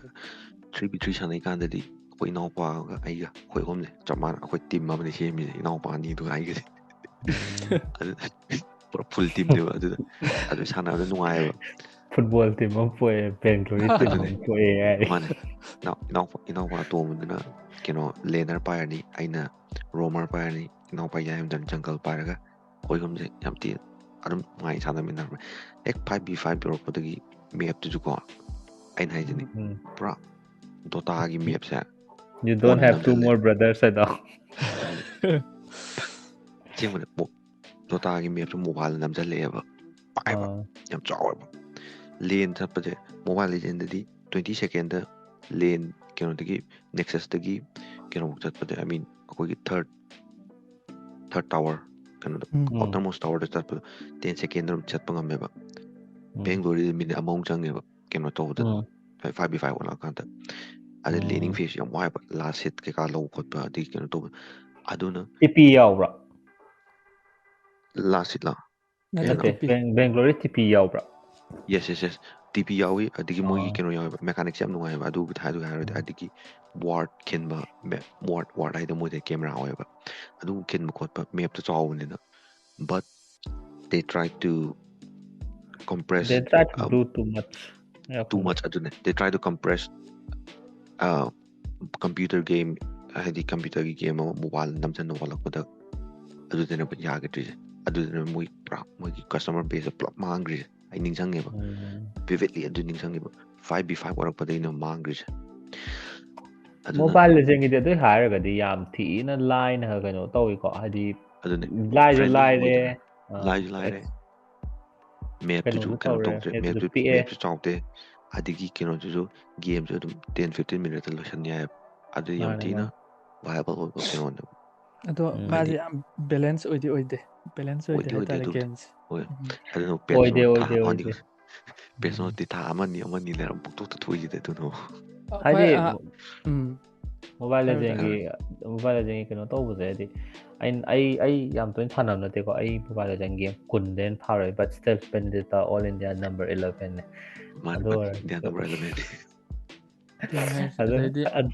ꯑꯗꯨ ꯑꯣꯏꯔꯁꯨ ꯀꯩꯅꯣ ꯇꯧꯋꯦꯕ ꯍꯥꯏꯗꯤ ꯑꯩ ꯀꯝꯕꯦꯛꯁꯦ ꯌꯥꯗꯦꯕ ꯈꯪꯕ꯭ꯔꯥ ꯗꯣꯃꯤꯅꯦꯠ ꯑꯃꯨꯛꯇꯪ ꯇꯧꯈꯤꯕꯁꯦ ꯑꯗꯨꯝ ꯗꯣꯃꯤꯅꯦꯠ ꯇꯧ ꯂꯩꯕ ꯍꯥꯏꯗꯤ ꯀꯝꯕꯦꯛꯁꯦ ꯑꯩ ꯋꯥꯕ ꯑꯗꯨꯝ ꯊꯦꯡꯅꯩ ꯑꯗꯣ ꯈꯪꯗꯦ ꯍꯥꯏꯗꯤ ꯄ꯭ꯂꯦꯌꯔ ꯑꯃꯅ ꯀꯟꯈꯤꯕꯁꯦ ꯑꯃꯗꯨꯅ ꯑꯗꯨꯝ ꯅꯩꯔꯛꯄꯩ ꯃꯑꯣꯡꯗꯅꯦꯕ ꯑꯦꯛꯖꯥꯝꯄꯜ ꯃꯣꯏꯒꯤ ꯃꯥꯔꯛꯁꯃꯦꯟꯁꯦ ꯀꯟꯈ꯭ꯔꯦ ꯈꯜꯂꯣꯕ ꯑꯗꯨꯝ ꯃꯣꯏ ꯖꯪꯒꯜꯁꯦ ꯁꯣꯜꯂꯁꯨ ꯃꯥꯔꯛꯁꯃꯦꯟꯁꯤꯅ ꯑꯗꯨꯝ ꯅꯩꯔꯛꯑꯅꯤꯕ ꯇꯥ ꯂꯪꯕꯗꯣ ꯀꯩꯅꯣ ꯃꯣꯁꯀꯣꯞ ꯍꯥꯏꯕ꯭ꯔꯥ ꯃꯣꯁꯀꯣꯞ ꯑꯃꯅꯀꯣ 10 ꯃꯤꯅꯤꯠꯁꯐꯥꯎ ꯗꯣꯃꯤꯅꯦꯠ ꯇꯧꯔ ꯂꯣꯏꯁꯤꯟꯈꯤꯕꯒꯤ ꯑꯃ ꯌꯥꯎꯋꯦ ꯀꯩꯝ ꯇꯧꯉꯝꯗꯅ ꯊꯣꯛꯑꯦ ꯑꯃ ꯌꯥꯎꯈ꯭ꯔꯦ ꯌꯥꯎꯅꯤ ꯑꯗꯨꯝ ꯁ꯭ꯃꯔꯐꯀꯤ ꯄ꯭ꯔꯣꯕ꯭ꯂꯦꯝꯁꯦ ꯂꯩꯇꯕ ꯅꯠꯇꯦ ꯁꯤꯗ ꯑꯗꯨꯅ ꯍꯧꯔꯛꯄꯗꯗꯤ ꯌꯥꯝ ꯅꯨꯡꯉꯥꯏꯔꯝꯕꯅꯦ ꯍꯥꯏꯗꯤ ꯅꯔꯐ ꯕꯐ ꯀꯩꯝ ꯂꯥꯛꯇ꯭ꯔꯤꯉꯩꯒꯤꯗꯣ ꯑꯗꯩꯗꯤ ꯃꯣꯏꯗꯤ ꯍꯤꯔꯣꯁꯦ ꯀꯟꯃꯟꯈꯤꯗꯅ ꯅꯔꯐ ꯃꯥꯏ ꯔꯤꯂꯤꯁ ꯇꯧꯗꯣ ꯅꯨꯃꯤꯠꯁꯤꯗ ꯅꯔꯐ ꯇꯧꯔ ꯊꯥꯗꯣꯔꯛꯄ ꯌꯥꯎꯔꯕꯅꯤ ꯀꯩꯅꯣ ꯍꯤꯔꯣ ꯔꯤꯂꯤꯁ ꯇꯧꯗꯅ ꯅꯔꯐ ꯇꯧꯔ ꯊꯥꯗꯣꯔꯛꯄ ꯌꯥꯎꯔꯦ ꯑꯩ ꯃꯥꯅꯦ ꯅꯔꯐ ꯇꯧꯔ ꯊꯥꯗꯣꯔꯛꯄ ꯃꯥꯁꯦ ꯀꯟꯃꯟꯈ꯭ꯔꯦꯅ ꯑꯗꯨꯁꯨ ꯑꯥꯔꯒꯁꯅꯤ ꯀꯅꯥꯝ ꯅꯠꯇꯦ ꯄꯋꯥꯔ ꯀ꯭ꯔꯤꯞꯁꯦꯀꯣ ꯑꯩꯅ ꯍꯥꯏꯁꯦ ꯗꯣꯇꯥꯒꯤꯗꯤ ꯀꯩꯅꯣꯅꯦ ꯃꯪꯀꯤ ꯀꯤꯡꯗꯣ ꯃꯪꯀꯤ ꯀꯤꯡ ꯊꯣꯛꯂꯛꯄ ꯅꯨꯃꯤꯠꯁꯦ ꯑꯩ ꯍꯧꯖꯤꯛꯐꯥꯎ ꯅꯤꯡꯁꯤꯡꯉꯦꯕ ꯑꯩꯈꯣꯏꯁꯦ ꯍꯌꯦꯡ ꯌꯨꯝ ꯍꯟꯗꯣꯏꯅꯦꯕ ꯀꯣꯂꯦꯖꯇꯒꯤꯀꯣ ꯀꯣꯂꯦꯖꯁꯦ ꯍꯌꯦꯡ ꯌꯨꯝ ꯍꯟꯗꯣꯏꯅꯤ ꯄꯦꯠꯁ TI ꯂꯣꯏꯒꯤꯇ ꯉꯥꯏꯔꯤ ꯑꯗꯨꯒ ꯃꯪꯀꯤ ꯀꯤꯡꯁꯦ ꯊꯣꯛꯂꯛꯀꯗꯣꯏꯅꯦꯕ ꯊꯣꯛꯂꯛꯄꯁꯦ ꯀꯃꯥꯏꯅ ꯇꯧꯒꯦ ꯁꯤꯗ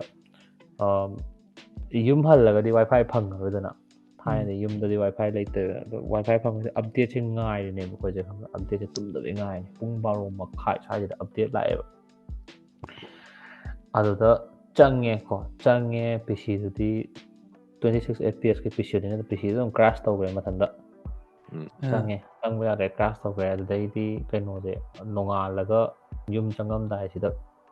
ꯌꯨꯇ꯭ꯌꯨꯕ ꯍꯥꯡꯇꯣꯛꯑ ꯌꯦꯡꯕꯁꯤꯗ RTGꯅ ꯑꯗꯨꯝ ꯀꯤꯡ ꯄꯥꯏ ꯂꯩꯔꯝꯕꯅꯦꯕ ꯂꯣꯏꯔꯦ ꯑꯗꯨꯗ ꯃꯥꯅ ꯑꯗꯨꯒꯤ ꯍꯤꯔꯣꯗꯨꯃꯨꯛ ꯑꯟꯕꯦꯂꯦꯟꯁ ꯑꯣꯏꯕ ꯍꯤꯔꯣ ꯊꯦꯡꯅꯗ꯭ꯔꯤ ꯑꯩ ꯉꯁꯤꯐꯥꯎ ꯎꯕꯗ ꯉꯥꯏꯈꯣ ꯑꯩ ꯑꯗꯨꯗ ꯀꯥꯎꯟꯇꯔ ꯑꯃ ꯂꯩꯔꯦ ꯁꯦꯟꯇꯣꯔ ꯍꯥꯏꯔꯛꯑꯣ ꯋꯥꯔꯔꯅ ꯑꯗꯨ ꯑꯩꯅ ꯏꯁꯥꯅ ꯄꯔꯁꯅꯦꯜꯂꯤ ꯁꯥꯟꯅꯔꯤꯀꯥꯟꯗ ꯍꯥꯏꯕ ꯁꯦꯟꯇꯣꯔ ꯋꯥꯟꯗꯅ ꯊꯥꯏꯅ ꯑꯍꯥꯟꯕ ꯊꯣꯛꯂꯛꯄ ꯃꯤꯔꯦꯀꯜꯅ ꯇꯥꯋꯔ ꯇꯥꯏꯞ ꯇꯧꯔ ꯃꯤ ꯗꯕꯜ ꯀꯤꯜ ꯂꯥꯎꯕꯗꯣ ꯑꯣꯏꯔꯝꯒꯅꯤ ꯅꯪ ꯍꯥꯏꯗꯣ ꯑꯩ ꯍꯧꯖꯤꯛꯐꯥꯎ ꯅꯤꯡꯁꯤꯡꯉꯦ ꯑꯩ ꯀ꯭ꯂꯤꯞ ꯑꯗꯨꯗ ꯎꯈꯤꯕ ꯃꯌꯥꯝꯗꯣ ꯁꯦꯟꯇꯣꯔ ꯋꯥꯔ ꯔꯟꯅꯔꯅ 1v4 ꯇꯧꯔꯒ ꯃꯤ 3 ꯍꯥꯠꯂꯒ ꯊꯣꯛꯂꯛꯄ ꯑꯥꯎ ꯑꯗꯨꯁꯨ ꯂꯦꯚꯦꯜ 1ꯗ I don't want ꯇꯧꯕꯅꯦ ꯅꯪ ꯃꯪꯀꯤ ꯀꯤꯡꯗꯣ ꯉꯥꯏꯈꯣ ꯁꯦꯟꯇꯣꯔ ꯃꯪꯀꯤ ꯀꯤꯡꯒꯤ ꯕꯦꯔꯥ ꯀꯥꯒꯤꯁꯦ ꯑꯇꯩ ꯅꯠꯇꯦꯕ ꯃꯪꯀꯤ ꯀꯤꯡ ꯕꯦꯔꯥ ꯀꯥꯒꯤꯁꯦ ꯃꯪꯀꯤ ꯀꯤꯡꯁꯦ ꯍꯩꯕꯗꯁꯨ ꯑꯟꯕꯦꯂꯦꯟꯁ ꯍꯩꯇꯕꯁꯨ ꯑꯟꯕꯦꯂꯦꯟꯁꯅꯦꯕ ꯈꯪꯕ꯭ꯔꯥ ꯃꯥꯅꯤ ꯍꯣꯏ ꯑꯗꯨꯗꯅꯦ ꯕꯦꯔꯥꯒꯥꯏꯁꯦ ꯑꯗꯨꯅ ꯑꯦꯚ꯭ꯔꯤ ꯒꯦꯝ ꯐꯣꯔ ꯗ ꯅꯦꯛꯁ 2 months ꯃꯪꯀꯤ ꯀꯤꯡ ꯉꯥꯛꯇꯅꯦꯕ ꯑꯩꯅ ꯊꯦꯡꯅꯩꯁꯦ ꯄꯞꯇ ꯃꯪꯀꯤ ꯀꯤꯡ ꯌꯥꯎꯗꯕ ꯒꯦꯝ ꯊꯦꯡꯅꯗꯦꯕ ꯑꯗꯨꯒ ꯑꯃꯨꯛ ꯃꯣꯕꯥꯏꯜ ꯂꯤꯖꯦꯟꯗ ꯑꯩꯅ ꯊꯦꯡꯅꯈꯤꯕꯗ ꯀꯔꯤꯕ ꯅꯣꯏꯒꯤ ꯑꯃ ꯀꯩꯅꯣ ꯇꯧꯕꯗꯣ ꯒꯥꯔꯤ ꯊꯧꯕꯗꯣ ꯑꯣꯏꯕ ꯖꯣꯟꯁꯟ ꯑꯩꯅ ꯁꯥꯟꯅꯩ ꯈꯨꯗꯤꯡꯒꯤ ꯖꯣꯟꯁꯟꯁꯦ ꯑꯗꯨꯝ ꯌꯥꯎꯕ ꯑꯗꯨꯕꯨꯗꯤ ꯃꯥꯗꯤ ꯌꯥꯝ ꯊꯤꯅ ꯄꯣꯄꯨꯂꯔ ꯄꯤꯛꯅꯦ ꯂꯣꯋꯔ ꯔꯦꯡꯛꯇꯗꯤ ꯑꯗꯨꯕꯨꯗꯤ ꯑꯗꯨꯒ ꯔꯥꯀꯦꯁꯅ ꯉꯁꯥꯏ ꯍꯪꯈꯤꯕ ꯑꯃ ꯂꯩ ꯃꯣꯕꯥꯏꯜ ꯂꯤꯖꯦꯟꯁꯦ ꯕꯦꯟ ꯇꯧꯈꯤꯕ ꯍꯥꯏꯁꯦ ꯀꯩꯅꯣ ꯃꯇꯥꯡꯗꯣ ꯑꯩꯈꯣꯏ ꯏꯟꯗꯤꯌꯥꯒ ꯆꯥꯏꯅꯥꯒ ꯇꯦꯟꯁꯟ ꯅꯔꯛꯄꯒꯤ ꯇꯥꯏꯃꯤꯡꯗꯣ ꯑꯩ ꯍꯧꯖꯤꯛ ꯌꯦꯡꯉꯦ ꯖꯨꯟ 20 June 2020 ꯑꯩꯗꯨꯗꯅꯦꯕ ꯑꯩ ꯊꯕꯛ ꯇꯠꯈ꯭ꯔꯤꯁꯦ I still remember ꯑꯗꯨꯒꯤ ꯏꯟꯗꯤꯌꯥꯒ ꯆꯥꯏꯅꯥ ꯇꯦꯟꯁꯟ ꯂꯩꯔꯛꯄꯗꯨꯗ ꯃꯌꯥꯝꯁꯦ ꯆꯥꯏꯅꯥꯁꯤꯅ ꯏꯟꯗꯤꯌꯥꯗꯒꯤ ꯏꯟꯐꯣꯔꯃꯦꯁꯟ ꯑꯦꯛꯁꯇ꯭ꯔꯦꯛ ꯇꯧꯕꯁꯦ ꯁꯤꯒꯨꯝꯕ ꯑꯦꯞꯇꯒꯤ ꯒꯦꯝꯗꯒꯤ ꯇꯧꯔꯦꯅ ꯇꯧꯅꯔꯛꯄꯗꯒꯤꯅꯦꯕ ꯃꯌꯥꯝꯗ ꯄꯦꯟ ꯇꯧꯅꯈ꯭ꯔꯤꯁꯦ ꯑꯗꯨꯒꯤꯅꯤꯗ ꯑꯣꯀꯦ ꯀꯟꯇꯤꯅ꯭ꯌꯨ ꯑꯗꯨꯒꯤꯅ ꯑꯩ ꯉꯁꯥꯏ ꯑꯩ ꯍꯥꯏꯒꯦ ꯍꯥꯏꯔꯝꯕꯗꯤ ꯑꯗꯨꯏ ꯕꯦꯟꯗꯣ ꯑꯩꯁꯨ ꯌꯥꯝ ꯊꯤꯅ ꯍꯥꯏꯗꯤ ꯋꯤꯌꯔꯗ ꯑꯣꯏ ꯍꯥꯏꯇꯥꯔꯦ VPN ꯑꯩꯅ ꯈꯟꯕꯗ ꯃꯅꯤꯄꯨꯔꯗ VPN ꯁꯤꯖꯤꯟꯅꯕ ꯍꯧꯔꯛꯈ꯭ꯔꯤꯁꯦ ꯑꯗꯨꯒꯤ ꯃꯇꯥꯡꯗꯩꯅꯦꯅ ꯈꯜꯂꯦ ꯑꯣꯏꯔꯝꯅꯤ ꯃꯥꯅꯤ ꯑꯣꯏꯗꯣꯏꯅꯤ ꯅꯠꯇ꯭ꯔꯥ ꯀꯩꯒꯤꯅꯣꯗ ꯍꯥꯟꯅ VPN ꯁꯤꯖꯤꯟꯅꯔꯝꯃꯤꯁꯦ ꯑꯩꯈꯣꯏ ꯀꯣꯂꯦꯖꯇ ꯈꯔ ꯑꯩꯁꯨ VPNꯁꯦ ꯀꯣꯂꯦꯖ ꯀꯥꯔꯀꯥꯟꯗ ꯈꯪꯕꯅꯦꯕ VPN ꯍꯥꯏꯁꯦ ꯀꯩꯅꯣꯁꯦ ꯑꯗꯣ ꯀꯣꯂꯦꯖ ꯀꯥꯔꯀꯥꯟꯗ VPN ꯖꯒꯠꯇ ꯂꯩꯕ VPN ꯂꯣꯏ ꯁꯤꯖꯤꯟꯅꯔꯦ ꯑꯩꯈꯣꯏꯅ ꯑꯗꯨꯒ ꯊꯣꯛꯂꯛꯄ ꯃꯇꯝꯗ VPNꯁꯦ ꯊꯑꯣꯏꯅ ꯊꯤꯕ ꯂꯥꯛꯑꯦꯕ ꯑꯍꯟ ꯃꯣꯕꯥꯏꯜ ꯂꯤꯖꯦꯟ ꯁꯥꯟꯅꯕ ꯑꯍꯟ ꯊꯑꯣꯏꯅ ꯑꯩꯉꯣꯟꯗ VPN ꯄꯤꯌꯣꯅ ꯂꯥꯛꯑꯦꯕ ꯕ꯭ꯂꯨꯇꯨꯠꯇꯒ ꯀꯥꯞꯄꯤꯅꯦꯕ VPNꯁꯦ ꯑꯗꯩ ꯀꯣꯚꯤꯗ ꯃꯇꯝꯁꯨ ꯑꯣꯏꯗ꯭ꯔꯥ ꯀꯣꯚꯤꯗ ꯑꯃꯨꯛ ꯂꯥꯛꯁꯜꯂꯦ ꯑꯗꯩ ꯈꯪꯗꯦ ꯑꯗꯣ ꯑꯩ ꯋꯥꯈꯜꯗꯗꯤ ꯃꯣꯕꯥꯏꯜ ꯂꯤꯖꯦꯟ ꯕꯦꯟ ꯇꯧꯕꯗꯣ ꯀꯩꯝ ꯀꯥꯟꯅꯗꯦꯅ ꯈꯜꯂꯦ ꯍꯧꯖꯤꯛꯐꯥꯎ ꯑꯗꯨꯝ ꯃꯤ ꯑꯗꯨꯝ ꯁꯥꯟꯅꯅꯔꯤ ꯀꯩꯝ ꯀꯥꯟꯅꯗꯦꯅ ꯈꯜꯂꯦ PUBG ꯕꯦꯟ ꯇꯧꯔꯁꯨ ꯀꯩꯝ ꯀꯥꯟꯅꯗꯦ ꯑꯗꯨꯝ ꯃꯌꯥꯝ VPN ꯁꯝꯃ ꯑꯗꯨم ꯁꯥꯟꯅꯈꯤ ꯑꯗꯨꯅ ꯈꯪꯗꯦꯗ ꯌꯥꯝ ꯐ꯭ꯌꯨꯇꯥꯏꯜ ꯑꯣꯏꯒꯦꯅ ꯈꯜꯂꯦ ꯑꯦꯞꯁ ꯈꯔꯕꯨꯗꯤ ꯊꯤꯡꯉꯝꯕ ꯌꯥꯏꯀꯣ ꯑꯗꯨ ꯀꯩꯅꯣ ꯀꯦꯞꯀꯠꯁꯨ ꯊꯦꯡꯉꯦ ꯀꯦꯞꯀꯠ ꯀꯩꯅꯣ editing and recording app ꯁꯤꯁꯦ ꯇꯤꯛꯇꯣꯛ ꯊꯤꯡꯕꯗꯣ ꯈꯛꯇꯅꯦ ꯑꯩꯅ ꯁꯁꯇꯦꯟ ꯇꯧꯔ ꯆꯠꯈ꯭ꯔꯤꯁꯦ ꯑꯗꯣ ꯇꯤꯛꯇꯣꯛ ꯊꯤꯡꯕꯗꯣ ꯏꯟꯁꯇꯥꯒ꯭ꯔꯥꯝ ꯔꯤꯜꯁ ꯂꯥꯛꯈ꯭ꯔꯦꯗꯅ ꯏꯟꯗꯤꯌꯥꯒꯤ ꯑꯣꯏꯅꯗꯤ ꯏꯟꯗꯤꯌꯥꯒꯤ ꯑꯣꯏꯅꯗꯤ ꯂꯥꯛꯇ꯭ꯔꯥ ꯑꯗꯨꯅ ꯏꯟꯁꯇꯥꯒ꯭ꯔꯥꯝ ꯔꯤꯜꯁꯇ ꯂꯣꯏꯅ ꯑꯣꯟꯁꯤꯟꯈ꯭ꯔꯦ ꯑꯗꯣ ꯈꯪꯗꯦ ꯃꯦꯕꯤ ꯑꯗꯨꯅ ꯀꯣꯟꯁꯄꯤꯔꯦꯁꯤ ꯂꯩꯔꯝꯕ ꯌꯥꯏ ꯏꯟꯁꯇꯥꯒ꯭ꯔꯥꯝꯅꯒ ꯏꯟꯁꯤꯜꯂꯒ ꯑꯩꯈꯣꯏ ꯂꯥꯛꯇꯣꯏ ꯊꯤꯡꯉꯣ ꯀꯥꯏꯅ ꯇꯧꯔꯦ ꯃꯦꯕꯤ ꯏꯟꯗꯤꯌꯥꯅ ꯋꯥꯟ ꯑꯣꯐ ꯗ ꯕꯤꯒꯦꯁ ꯃꯥꯔꯀꯦꯠꯁꯦ ꯃꯣꯏꯒꯤꯁꯨ ꯃꯌꯥꯝ ꯑꯃꯒꯤ ꯃꯔꯛꯇ ꯀꯩꯅꯣꯝꯇ ꯍꯥꯏꯖꯍꯧꯒꯦ ꯑꯩꯈꯣꯏꯒꯤ ꯀꯩꯅꯣꯗꯣ ꯑꯩꯈꯣꯏꯒꯤ ꯑꯗꯔ ꯒꯦꯁꯇꯣ ꯅꯦꯠ ꯌꯥꯗꯕꯒꯤ ꯅꯠꯇꯦ ꯌꯥꯗꯕ ꯅꯠꯇꯦ ꯃꯥꯒꯤꯁꯦ ꯃꯥꯏꯛꯇꯣ ꯈꯤꯇꯪ ꯄ꯭ꯔꯣꯕ꯭ꯂꯦꯝ ꯃꯥꯏꯛꯇꯣ ꯌꯥꯗꯕꯒꯤ ꯃꯥꯗꯣ ꯉꯁꯥꯏ ꯀꯩꯅꯣ ꯉꯥꯏꯍꯥꯛꯀꯤ ꯃꯃꯥꯡꯗꯒꯤ ꯀꯩꯅꯣ ꯇꯧꯈ꯭ꯔꯦ ꯃꯥ ꯗꯤꯁꯀꯅꯦꯛ ꯇꯧꯈ꯭ꯔꯦ ꯑꯗꯨꯗ ꯃꯌꯥꯝ ꯃꯥ ꯇꯨꯃꯤꯟ ꯂꯩꯔꯤꯁꯦ ꯑꯩꯈꯣꯏ ꯋꯥ ꯉꯥꯡꯍꯟꯗꯕ ꯅꯠꯇꯦ ꯑꯗꯨꯅ ꯀꯩꯅꯣ ꯇꯧ ꯁꯤ ꯃꯌꯥꯝ ꯑꯗ ꯗꯤꯁꯀ꯭ꯂꯦꯃꯔ ꯑꯝꯇꯪ ꯊꯥꯗꯣꯛꯆꯧꯕꯅꯦ ꯑꯣꯀꯦ ꯀꯩꯅꯣ ꯑꯗꯣ ꯀꯩꯅꯣ ꯑꯩꯈꯣꯏ ꯔꯦꯞ ꯑꯞꯁꯨ ꯇꯧꯗꯣꯔꯦ ꯏꯟ ꯗ ꯅꯦꯛꯁ ꯑꯥꯏ ꯊꯤꯡꯛ 10 minutes ꯑꯗꯨꯋꯥꯏꯗ ꯔꯦꯞ ꯑꯞ ꯇꯧꯔꯅꯤ ꯑꯗꯣ ꯁꯨꯝ ꯄꯥꯔꯇꯤꯡ ꯊꯣꯠꯁ ꯑꯣꯏꯅ ꯑꯃꯃꯝ ꯍꯥꯏꯗꯤ ꯗꯦꯀꯨꯅ ꯍꯥꯏꯐꯦꯠ ꯍꯧꯔꯣꯅꯦ ꯄꯥꯔꯇꯤꯡ ꯊꯣꯠꯁ ꯀꯃꯥꯏꯅ ꯇꯧꯅꯤ ꯅꯪ ꯀꯃꯥꯏꯅ ꯎꯏ ꯐ꯭ꯌꯨꯆꯔ ꯑꯣꯐ ꯃꯅꯤꯄꯨꯔ ꯒꯦꯃꯤꯡꯁꯦ ꯀꯩ ꯑꯣꯏ ꯍꯥꯏꯕ ꯑꯩꯈꯣꯏ ꯂꯥꯛꯀꯗꯧꯔꯤꯕ ꯁꯤꯗꯗꯤ ꯌꯥꯝꯅ ꯀꯥꯟꯅꯕ ꯑꯣꯏꯅꯤꯅ ꯈꯜꯂꯦ ꯍꯥꯏꯗꯤ ꯑꯗꯨꯒ ꯆꯥꯎꯊꯣꯛꯄ ꯍꯦꯜꯂꯛꯄ ꯒꯦꯃꯤꯡꯒꯤ ꯁꯤꯁꯇꯦꯝꯁꯦ ꯑꯗꯩꯗꯤ ꯁꯇ꯭ꯔꯤꯝ ꯇꯧꯔꯛꯄ ꯐꯖꯅ ꯐꯖꯅ ꯂꯩꯔꯛꯑꯅꯤ ꯍꯥꯏꯕꯁꯤꯃ ꯑꯩ ꯈꯜꯂꯦ ꯌꯦꯁ ꯑꯗꯨ ꯑꯩꯈꯣꯏꯒꯤꯁꯨ ꯍꯣꯞꯅꯦ ꯑꯗꯨꯝꯗꯤ ꯑꯗꯨꯃꯥꯏꯅ ꯇꯧꯔꯛ ꯇꯥꯔꯗꯤ ꯐꯩꯌꯦ ꯍꯥꯏꯗꯤ ꯉꯁꯥꯏ ꯔꯥꯀꯦꯁꯇꯁꯨ ꯍꯥꯏꯒꯦꯗꯅ ꯗꯤꯁꯄꯣꯖꯤꯕꯜ ꯏꯟꯀꯝ ꯑꯗꯒꯤ ꯐ꯭ꯔꯤ ꯀꯩꯅꯣ ꯍꯥꯏꯅ ꯐ꯭ꯔꯤ ꯃꯅꯤꯃꯛꯇꯤ ꯍꯥꯏ ꯌꯥꯗꯦ ꯕꯠ ꯁ꯭ꯇꯤꯜ ꯀꯩꯅꯣꯗꯣ ꯍꯥꯏꯗꯤ ꯀꯩꯅꯣ ꯇꯧꯕ ꯑꯃꯅꯤꯅ ꯔꯦꯚꯤꯅ꯭ꯌू ꯖꯦꯅꯔꯦꯁꯟꯒꯤꯗꯤ ꯌꯥꯝ ꯊꯤꯅ ꯏꯟꯗꯤꯌꯥꯗ ꯃꯥꯔꯀꯦꯠ ꯆꯥꯎꯋꯤ ꯀꯩꯅꯣ ꯇꯁꯦꯡꯅ ꯍꯥꯏꯇꯥꯔꯒꯗꯤ ꯃꯌꯥꯝꯁꯨ ꯂꯣꯏꯅ ꯅꯦꯠꯁꯦ ꯑꯗꯨꯝ ꯄꯥꯏꯅꯔꯕꯅꯤꯅ ꯃꯥꯅꯦ ꯀꯩꯅꯣ ꯃꯥꯅꯦ ꯑꯗꯨꯅ ꯑꯩ ꯋꯥꯈꯜꯗ ꯑꯦꯚ꯭ꯔꯤ ꯍꯥꯎꯁꯇ ꯍꯧꯖꯤꯛꯇꯤ ꯍꯥꯏ ꯁ꯭ꯄꯤꯗ ꯏꯟꯇꯔꯅꯦꯠꯁꯦ ꯑꯗꯨꯝ ꯐ꯭ꯔꯤ ꯑꯗꯨꯝ ꯂꯩꯅꯔꯦꯗꯅ ꯍꯥꯏꯗꯤ ꯃꯣꯕꯥꯏꯜ ꯏꯟꯇꯔꯅꯦꯠ ꯌꯥꯎꯗꯕꯤꯗ ꯏꯀꯣꯅꯣꯃꯤ ꯑꯃ ꯍꯥꯏꯗꯤ ꯁ꯭ꯇꯦꯠ ꯑꯃ